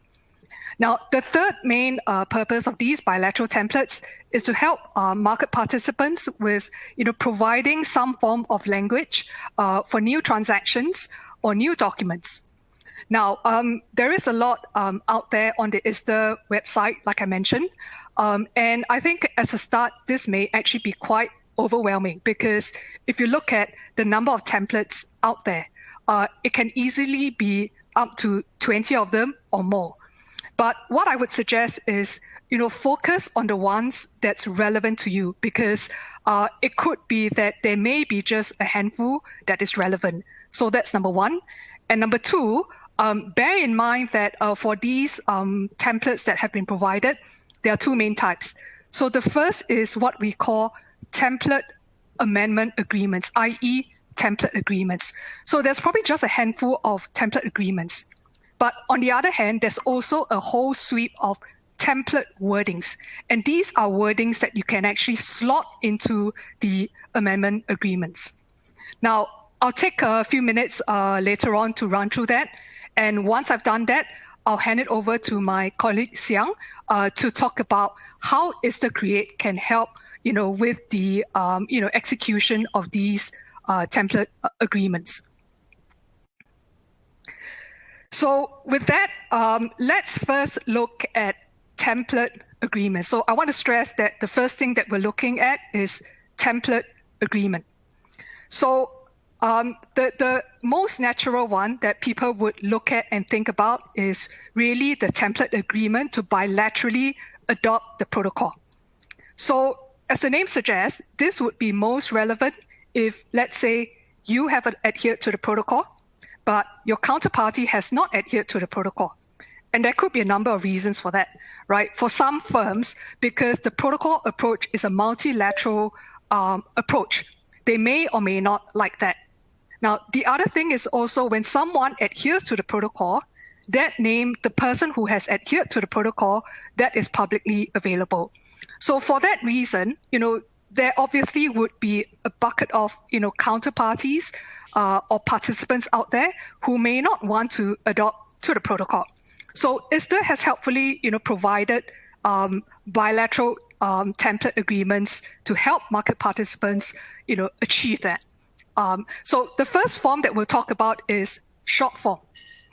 So short form, in my mind, is probably easiest in a way, right? Because what it basically does is that parties would agree to adopt the provisions in the attachment to the protocol, lock, stock, and barrel. So if you look at the attachment to the protocol, there are 7 paragraphs out there. So if you choose this approach, it is fairly straightforward. The template agreement basically says, you just adopt all the provisions in the attachment to the protocol. Now, there is a principal version as well as an agency version. So that's the short form adoption. Now, on top of the short form adoption, ISDA has also provided a long form adoption of the protocol provisions. Now, this is different from the short form in the sense that it allows parties to select or amend, the provisions in the attachment to the protocol to be adopted. Now, a good example where this could be used is if you look at all 7 provisions, all 7 paragraphs in the attachment to the protocol. Some may not be entirely relevant to a counterparty pair. For example, paragraphs that talks about how the older versions of the 2006 definitions will work, within the protocol. So I think that is just an example of how the long form adoption may become relevant and for people to consider using that. Again, for the long form, there is a principal version as well as an agency version. So this is the first template agreement that's out there that people can start to have a look. Now, the second template agreement that we'll discuss here is really the template amendment agreement. So unlike the first template agreement that we spoke about, which is probably most relevant when you have a non-adherent, the template amendment agreement is most likely to be relevant when both parties are adherents to the protocol, but what you want to do is to amend the protocol provisions. So again, this may have come out in earlier sessions, right? Typical examples where people may want to amend the protocol provisions would be, for example, if you have a loan product or you have, you may want to disapply pre-cessation triggers. So that's the second template agreement that is out there for parties to use. Similarly, there is a principal version as well as an agency version. So those are the template agreements. Now, moving on, let's now look at template wordings. So template wordings, as the name suggests, are wordings that have been put out there. These are template wordings that can be incorporated into the template amendment documents. So there are a few series of template wordings that has been released by ISDA for people to consider using. Now, the first set of template wordings, which I think is probably going to be the most relevant and probably the most commonly thought through, is how do you exclude documents or transactions from the protocol? So again, to recap, this is where parties may have been, may both have adhered to the protocol, but they want to make amendments to the standard protocol provisions. Now, there are various options that has been provided by ISDA. Now, obviously, the wording that you choose will depend on your commercial relationship and how you intend to transit out of LIBOR with each individual counterparty that you may have out there. So let's take a few examples. The first option is basically template wording that allows people to actually build in your bespoke triggers and fallbacks, right? So is the protocol 2006 fallback supplement, it has hardwired triggers and fallbacks. So the first option basically are wordings that give people the ability to write your own fallbacks, your triggers and your fallback rate. So that's one. Second option is slightly different. It basically gives people, the relevant wordings to adopt the triggers and the fallbacks in your hedge product, right? So you could say that I'm going to amend the protocol or the supplement so that it actually matches the cash product. That's the second option. Now, the third option is to take care of a scenario where in your bespoke transactions, right, you may have negotiated certain fallbacks and triggers. So what you would want to do is to say that for these transactions, instead of applying the standard ISDA provisions, these negotiated fallbacks will apply. So these are the three key options that has been put out there. Now there's option 4 and option 5. I won't go through that, but that's basically a permutation of one or more of options 1, 2, or 3. Now, to take a step back, what I think is important to highlight here is that while these template wordings are developed and has been provided by ISDA for market guidance, this by no means is a one-stop solution as to say how you should be treating your hedge products or say your non-linear products, because at the end of the day, you will still need to consider what your institution position is, right? It provides wordings that could be used in different scenarios, but ultimately each institution will still need to assess and decide how do you want to deal with your hedge products with particular clients. So that's the first set of template wordings. Now, let me just run through the rest of the template wordings. Now, the first of which is template wordings to allow for additional documents to be put within the scope of the protocol. So again, earlier sessions, the protocol is very wide-ranging. It allows for ISDA, non-ISDA type documents like GMRA and GMSLRS to fall within the protocol. Now, obviously, there could be bespoke documents out there, your bank documents, your mini-master documents. Now, that is not within the definition of protocol-covered agreements, documents. So, in certain cases, parties may want to take benefit of the protocol provisions and extend it to your bespoke agreement. So there's a set of template wordings that allow you to use in order to achieve that. Now, bear in mind that, if you look at the FAQs and similarly, as a bucket of additional documents, each institution will need to make its own due diligence to assess if the protocol provisions actually work. And, it's something that, people will need to think about if you extend the scope of the protocol to non-protocol covered documents. So that's one. Now, the second set of template wordings that's out there is to help people disapply pre-cessation triggers. So to take a step back, after various consultations, the supplement now has pre-cessation trigger being hardwired into the supplement. Now, again, there may be instances where people may feel that they don't want to actually apply the pre-cessation triggers or to have it as one of the triggers.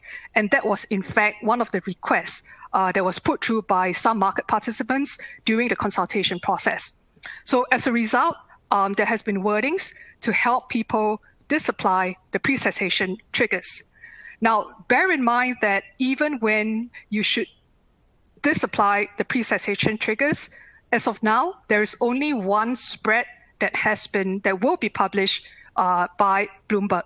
And that spread could still be based on the announcement of a pre-cessation. So that may obviously impact whether people would want to disapply pre-cessation triggers. But just so you know, to the extent that people would like to, there are actually template wordings out there to help you disapply pre-cessation triggers. Now, the next template wording, probably a lot more straightforward, is to help market participants to adopt the provisions of the supplement to the extent that you may have new agreements that doesn't actually refer or incorporate the 2006 ISDA definition. So again, that's something that has been put out there to help people adopt the provisions of the fallback supplement to new agreements. Now, last but not least, there is also template language to, again, for parties to disapply pre-cessation trigger in new confirmations. So this is slightly different from the earlier pre-cessation triggers that we spoke about, in the sense that if you look at the fallback supplement, it applies automatically, right, to new transactions entered into after 25th January. So what this language seeks to do is because there would have been an automatic application of 2006 ISDA definitions. This language allows you to actually disapply pre-cessation triggers. Now, again, whether or not this pre-cessation trigger is to be disapplied, each institution will need to consider that and bear in mind the spread adjustment. Actually, there's only one spread out there. So that's a summary of what the bilateral templates and bilateral wordings are all about. Now, in the next few slides, you will see that there has been a suite of examples to provide some guidance as to what the template solution should be in different types of scenario. So there is quite a bit here, and what I would encourage people to do is probably look at these example scenarios and see which are the ones that apply to you. Now, we won't go through that, but maybe I'll just take a few as an example just to run through. So in this case, example A, right, you will see that example A is a scenario where both parties are not adherents to the protocol and you want to bilaterally adopt the terms of the protocol. So we've discussed this earlier. The template solution, if you want to do a short form, is to basically take the short form bilateral template agreement and draft that, put that together with your counterparty type. So that's probably, I would say, the most straightforward of some of these examples that have been given. Now, moving on to probably another example, and let me pick the last one, which presumably is the most complicated one. So you will see here that the scenario that we're looking at is both parties have adhered to the protocol, but they may want to do a few things all at the same time, right? And this could be a pairing where you have multiple transactions, different types of documents. So the things that you may want to achieve is for a counterparty, you want to exclude a master agreement from the scope of the protocol, right? You may want to disapply pre-cessation trigger, right? Or you may also want to include additional documents, right? So the way this works is that you would have to pick the template amendment agreement because you're looking at a scenario where both parties are adherents to the protocol. And then, like I said earlier, you have to slot the different language that applies to this template agreement. So for counterparty here, where there are three potential scenarios, right, you slot in wordings to exclude, certain master agreement, to disapply pre-cessation triggers, or to actually pull in additional master or rather additional protocol covered documents. So that's all I have. And with that, maybe I'll turn it over to Xiang to discuss how ISDA Create can be used as a platform to facilitate the execution of these bilateral template agreements. Thank you, Sonia. Good day, everyone. My name is Xiang Lao, and I'm also from Linklaters. I'm part of the Nakoda team that developed ISDA Create in collaboration with ISDA. And ISDA Create is an online negotiation platform used for the creation, negotiation, and execution of ISDA published documents between counterparties. As you can see on the screen, ISDA Create facilitates an end-to-end negotiation of an ISDA document with your counterparty. But rather than go through every point on this slide, I thought it would be better to give you a live preview demonstration of the platform in action before returning to this slide. So I will just attempt to share my screen. While that's loading, just to give you some background, ISDA Create went live about 2 years ago. It is an online platform that just requires an active internet connection and a web browser to access. As you can see, hopefully, I am in my browser. And once logged in, I'll be taken into the ISDA Create platform. So initially, ISDA-Create provided for the negotiation of regulatory initial margin documents. So as you can see on the screen, as that was the immediate focus of the market about 2 years ago. Since then, ISDA-Create has expanded to include other document packs, which our users can subscribe to.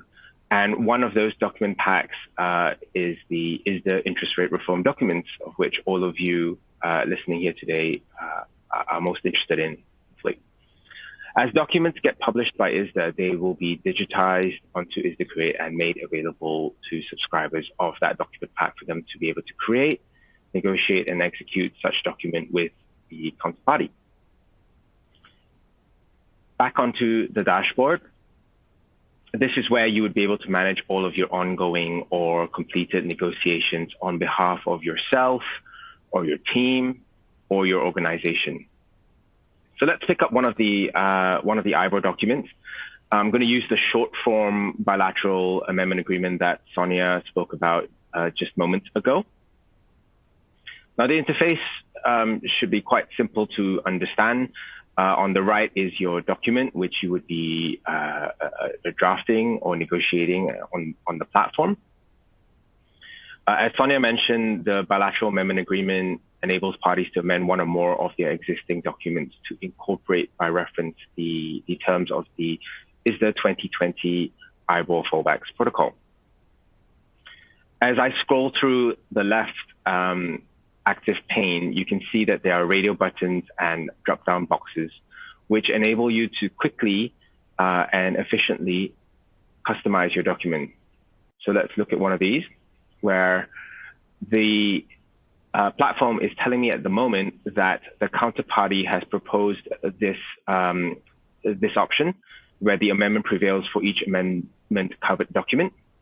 And my preferred position is for the fallbacks protocol to prevail. Through visual indicators, you can tell whether or not this provision is agreed. If I now click on this radio button, you can see that there's now a tick. Both of us agree, and the relevant provisions are dropped into the contract. Another point I want to point out is something that Sonia also mentioned earlier, whereby ISDA has published both the template agreement as well as template language. Now, the good thing about ISDA-Create is that it incorporates both. Now, if I were to just start with no amendments, no options, then it's not applicable. But if I want to start incorporating some of the template language that ISDA has published, it's really very easy here, because I can now choose the various options that ISDA has published. So you can see here, if I choose one of these options, the relevant language goes in. I choose a different option, the relevant language gets inserted. It also automates the subsequent consequential questions that need to be answered as part of that option. So as you can see here with option 2, there's yet another question that will need to be answered as part of this. Now, the advantage of this is that it systemizes and automates your drafting process, which makes everything a lot more seamless and quick. Another point I just want to quickly point out is with ISDA-Create, you still have the full flexibility to draft your provisions. Seen here, you can see I'm just using my keyboard and I'm amending a clause. And you can see that the live blacklining is shown, as well as the drafting gets inserted into the contract. So again, just facilitating some of the common drafting processes that you may have with traditional platforms, but automating it and bringing it into more modern systems. I'm just going to stop my screen share now and bring you back to the slide. Well, while that's loading up again, it's worthwhile saying that ISDA-Create is constantly expanding, both in the features as well as in the document packs that is being made available. As I mentioned previously, we started with the initial margin documents, and now we have interest rate reform. And in due course, the ISDA master agreement and the ISDA schedule will be included, which will be integrated with the ISDA clause library. So giving you the full benefits of the features of this platform, as well as negotiating these commonly very familiar documents that all of you would be familiar with. Just in the last few minutes, I thought I would point out a few other things I would just pick out from this diagram here. Some of the key features of ISDA-Create are shown on the screen. The ones I would pick up are things like the presets. So this is the ability for you to take the ISDA published document, customize it for your use, your team, your organization, and then saving them as custom presets on your own instance of the platform. So this allows you to have greater standardization and risk control for your legal or documentation function. The next thing I would just point out is the approvals feature. So this is the ability for you to seek internal approvals from relevant stakeholders, all from within the ISDA-Create platform.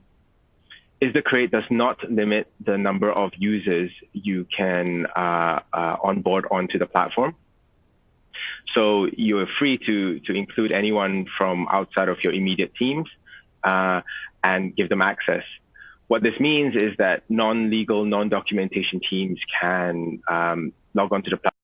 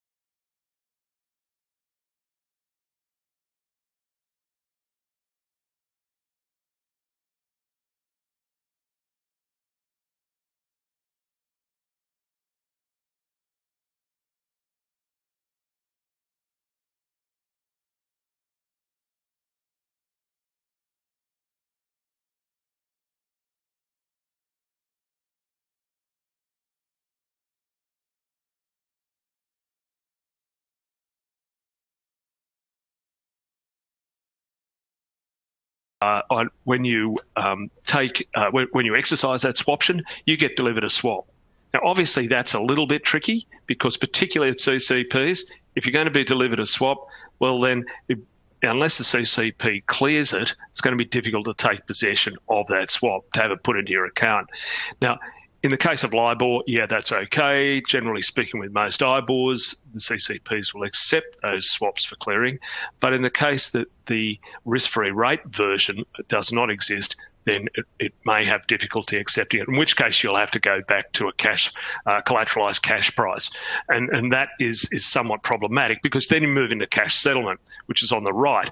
So in a collateralized cash price, essentially they're pretty standard for many currencies, particularly euro and US dollars.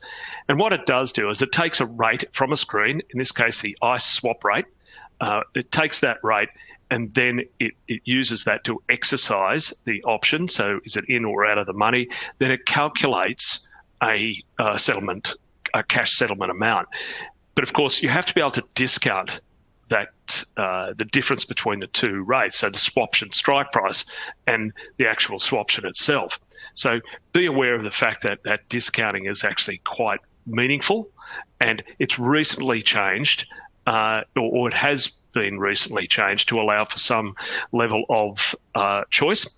So in the case of Fed funds to SOFR, or from Eonia to Euro STR.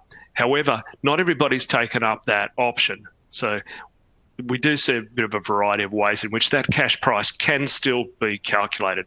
And if you're discounting off different rates, as you can imagine, you are going to come up with a very different number. So be aware of that.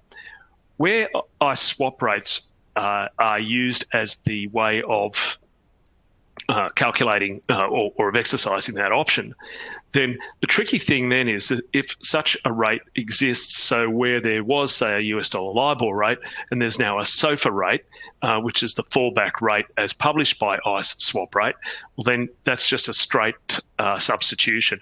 However, in the case of if it's not published, then the settlement rate will refer to the relevant fallback. So that becomes a slightly more difficult and usually bilaterally negotiated problem. Okay, so that's still equates. So as we move on a little bit here, we find that caps and floors are the next ones that tend to cause most interest. So caps and floors are tricky because with a cap or with a floor, each one of those caplets or floorlets, basically you have an exercise point. So your time of choice for exercise is at the beginning of the relevant period. Now, if you don't know the rate until the end of the relevant period, which is the current fallback, then that does actually change the underlying nature of that swap or, of that cap or floor. And that can sometimes be problematic in that it may not operate the same way as you thought, or it may actually have some valuation differences. So be careful of that because it adds an extra layer of optionality. So with caps and floors, instead of getting the point of decision at the beginning of the period, you do it at the end. Now, hopefully that doesn't affect the outcomes too much for you, but it is important to note. The in arrears swap is likewise a bit tricky. So the in arrears swap is set at the end of the period, and so it's made at the end of the period. So the original IBOR fixing date is therefore the date at the end of the period anyway. But of course, if you're trying to find the rate that would have been fixed at the end of that period, okay, it won't be fixed for another, say, 1 month or 3 months. So you don't have the rate. So the way that looks is what they call the backstop, and that is that you look to the previous one. Now, this really does change the way in which these things work, because instead of looking as a look back, you sort of look even further back to the previous period. So it is almost like a look back. So just be aware of that one as well. So the point that I'm trying to make here is that when you look at nonlinear transactions, the way the current fallbacks will impact those transactions can be quite complex and can actually change the actual nature of those particular products.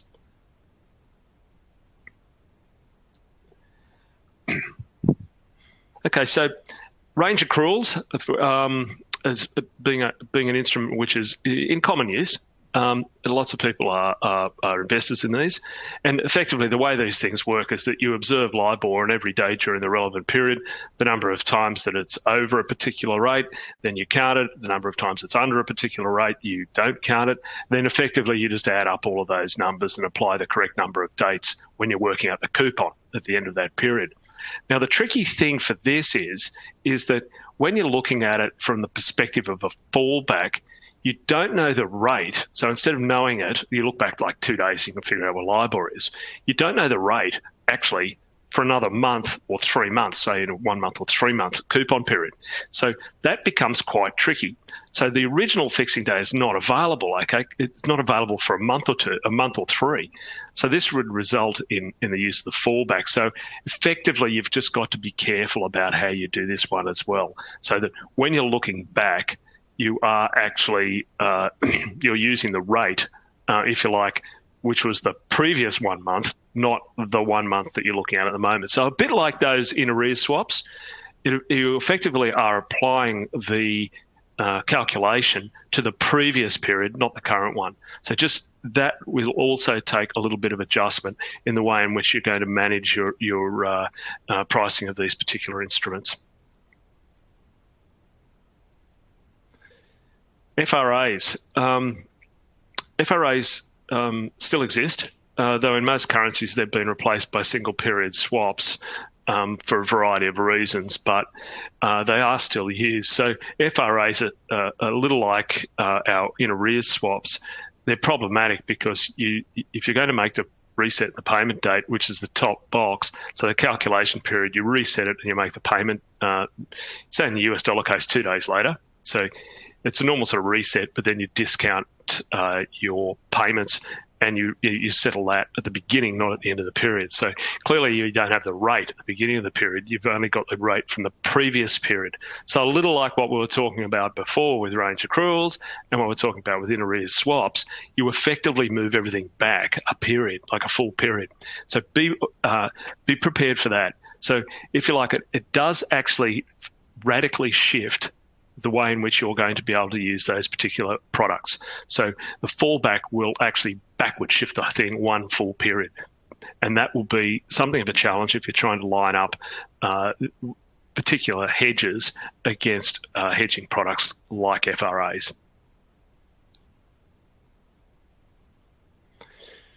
Okay, now just a bit of a quick run through here of some of the items that we have. Cross-currency swaps, swaps with early payments, and swaps with periods that differ from the IBOR tenor, so interpolation. So first of all, with cross-currency swaps, in the time-honoured fashion, the convention is your rates at the beginning of the period, and then you make your payments at the end of the period. However, in the case of a risk-free rate-adjusted cross-currency swap, you have two problems on your hands. Firstly, you can actually hit a position where only one side of that swap actually turns back to an RFR. So, for instance, if the IBOR on one side of the swap, so, for instance, Hong Kong dollars is a good example of this. If you've got US dollars versus Hong Kong dollars, in all likelihood, HIBOR will still be there, but LIBOR won't. So you have one side reverts to a risk-free rate and the other side doesn't. Okay, so that is going to be a challenge with respect to how you manage those. And obviously, although the payments line up, your actual fixing times do not line up very well at all. So one of them is obviously going to fix at the end, the other one fixes at the beginning, and that will give you quite a bit of offset and timing challenge when it comes to managing those particular interest rates and swaps. Early payments are ones where you actually have a relevant period, but you decide that you're going to pay, say, it's a 3 month relevant period. And then you decide that instead of waiting till the end of the 3 months to make the payment, you're going to make it after 2 months. Now, in that particular case, if you fall back to the risk-free rates, you clearly won't know the rate after 2 months because it's a 3 month rate. So the only way you can do that is to look back the full 3 months and see if you can find a date that gives you that full 3 month period. Okay, so in other words, it backward shifts it more than the 2 days. 1 month, 6 weeks, something. Whatever that early payment arrangement is, it'll backward shift it by that. We do see them, but they're not as common as other swaps. One of the more common problems is those when you actually have, say, a stub period at the beginning of a swap, where you might actually have, it's generally a 3-month rollover frequency, but the problem is that the front stub might be 2 months. So when you get to the, and there's only 1 month and 3 months published, or it might be 6, make it easier, call it 6 weeks. So when you get to the end of your 6 weeks, and normally what you do is you look at the 1 month and 2 months, and then interpolate between those to get your rate. You won't have the 2 months ready, but you'll have the 1 month ready. So you're going to have to work out a way in which you can do that.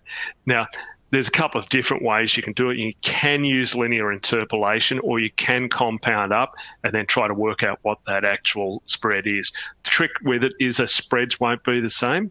So those spreads that you need to add for the adjustment, so you're going to have to interpolate those as well. That's often a quite comprehensive and time-consuming problem, but worthwhile remembering. So stub periods can be quite tricky, and they can be done in several different ways. Okay. Solutions. Bad news is there really are no easy solutions to this. So you're going to have to really address each and every one of your non-linear derivatives and also your cross-currency swaps as almost separate items. So you're going to need to spend a fair bit of time and effort reviewing those and making sure you're okay. Yes, it does work okay with ISDA definitions, but not always. So just be aware of the differences between the two. And then it does change the economics of these products quite often, and you may need to have to negotiate that with your counterparty, and you'll have to consider whether any subsequent LIBOR or IBOR risk-free rate conversion should be made to non-linear products. So you're going to have to really consider what your use of non-linear products really is and whether you should be doing that. Okay. Just quickly, as we finish, I'm getting close to the end. So the fallback, so just to sum up what we talked about. So for swaptions, we talked about cash settlement.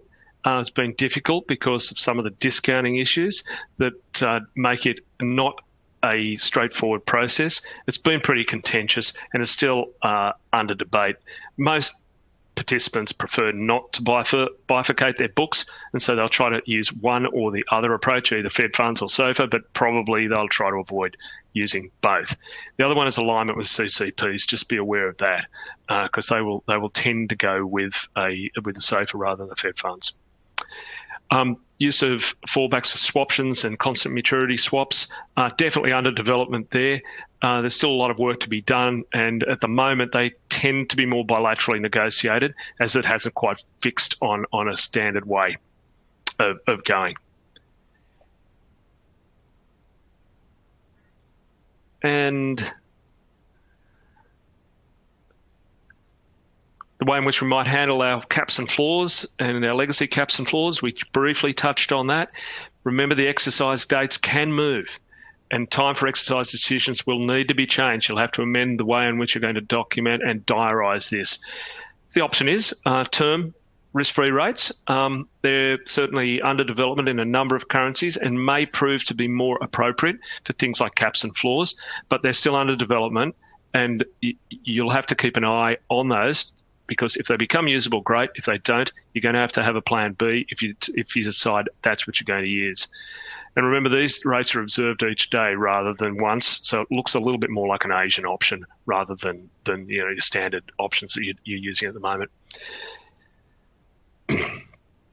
And as we head into the last couple, cross-currency swaps, just to sum up there, remember, current IBOR conventions are the rates at the beginning of the period and payment at the end on both sides. Okay, in an adjusted RFR world, you can have each side moving quite separately, but one of the ways in which you can address this particular problem is you can bilaterally negotiate to have both legs fall back to the relevant adjusted risk-free rates.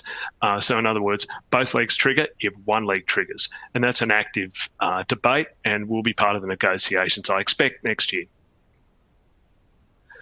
And lastly, end user concerns. So where do people kind of go with this? the exercise dates are going to move, okay, for caps and floors. It's a problem. We have operational concerns with settlements and cash flow management that are brought about simply because you don't know the rate until the end of the relevant period.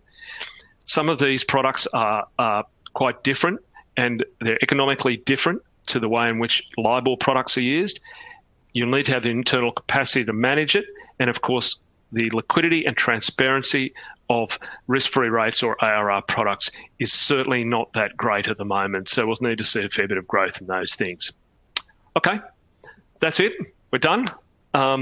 So if there's any questions, nothing in the box at the moment. Otherwise, I'll hand you back.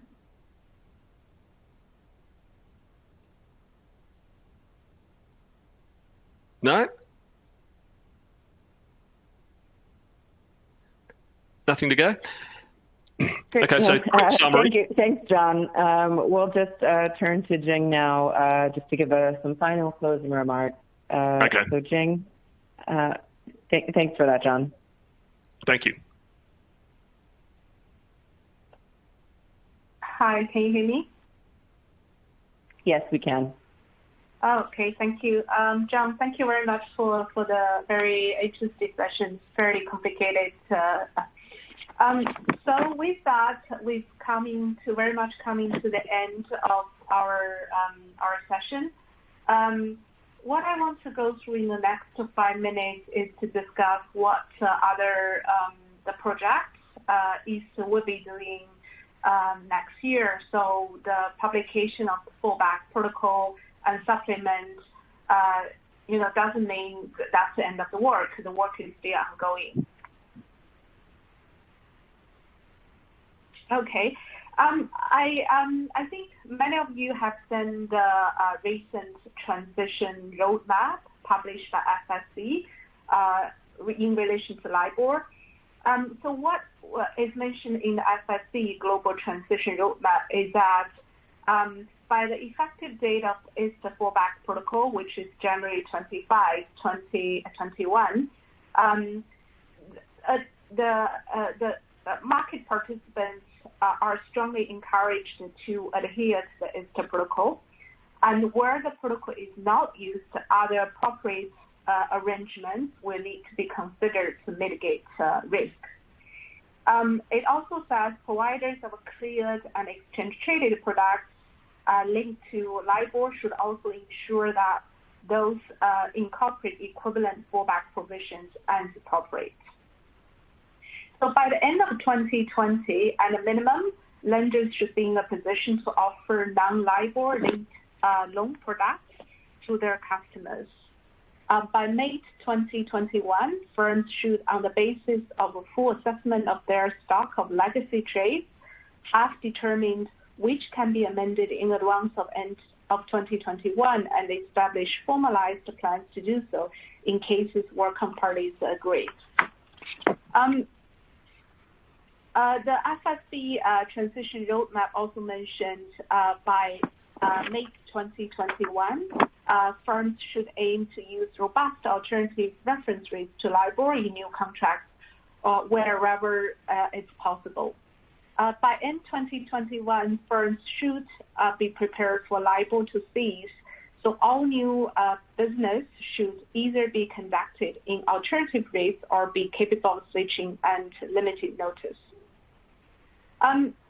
In the different jurisdictions, some national working groups have also published a transition milestone. For example, the US ARC and the Working Group on Sterling Risk-Free Reference Rates have set out the transition milestone for their currencies. In the Asia-Pacific region, HKMA has also issued a circular to all authorized institutions regarding LIBOR transition milestone for both cash instruments and also derivatives.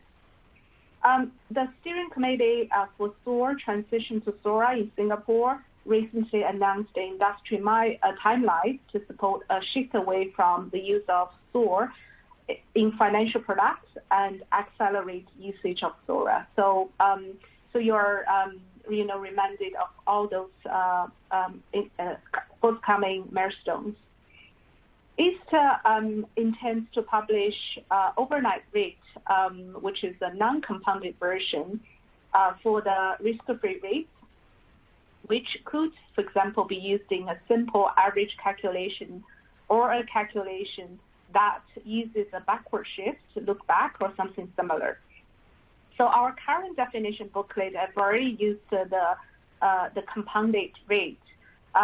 What we are going to add is those floating rate option without compounding.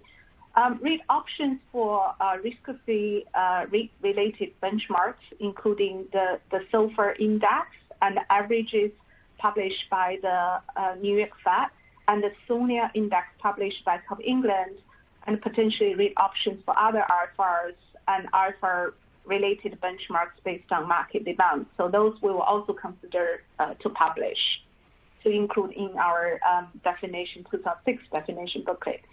In addition, ISTA will also be looking at publishing fallbacks for IBOR-based swap rates. So upon publication of IFR ICE swap rates, ISTA will publish a supplement to 2006 is the definition to update relevant ICE swap rate options to include permanent cessation triggers and fallbacks to the corresponding IFR ICE swap rate. That's another task we'll be looking at. There will also be other regional IBORs which haven't been covered in the ISTA IBOR protocol and supplement published in October. In this region, there are two more benchmarks which are also linked to dollar LIBOR. So if dollar LIBOR is to be published, those rates will also discontinue together with dollar LIBOR. So we've already covered Thai baht fix and SOR in our discussion today. The two other rates which we haven't covered in the ISTA documents are MY4 Indian and the Philippine interbank reference rates. So we've been working with the respective benchmark administrator and also the central banks and local market participants to implement a fallback solution for those two rates.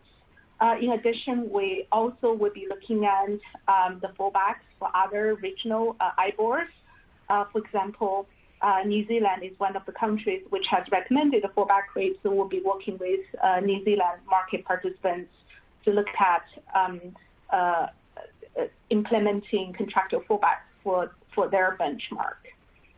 We will also consider whether standard template wording is required for potential new conventions for fallbacks referencing those risk-free rates. Last but not least, we'll work with members to understand the ramifications of the global TAF legacy solutions. So in some jurisdictions, there have been proposals, legislative proposals to implement a fallback for the TAF legacies, which parties found difficult to amend. There is a lot of information on the ISTA website. I will highly recommend you take a look. It's publicly available to utilize the information we posted online. With that, we've already come to the end of today's conference. I hope you found it useful. And thank you to all of our presenters and everyone for joining us today. You will be all receive a follow-up email with a link to view the recording of today's event within 3 working days, which you will have access to up until December 10. ISTA will be holding more virtual conferences over the coming weeks, so please visit ISTA's website, www.ista.org/events for further details and to register. On behalf of ISTA and our presenters, thank you again for joining us today and have a great rest of day ahead. Thank you.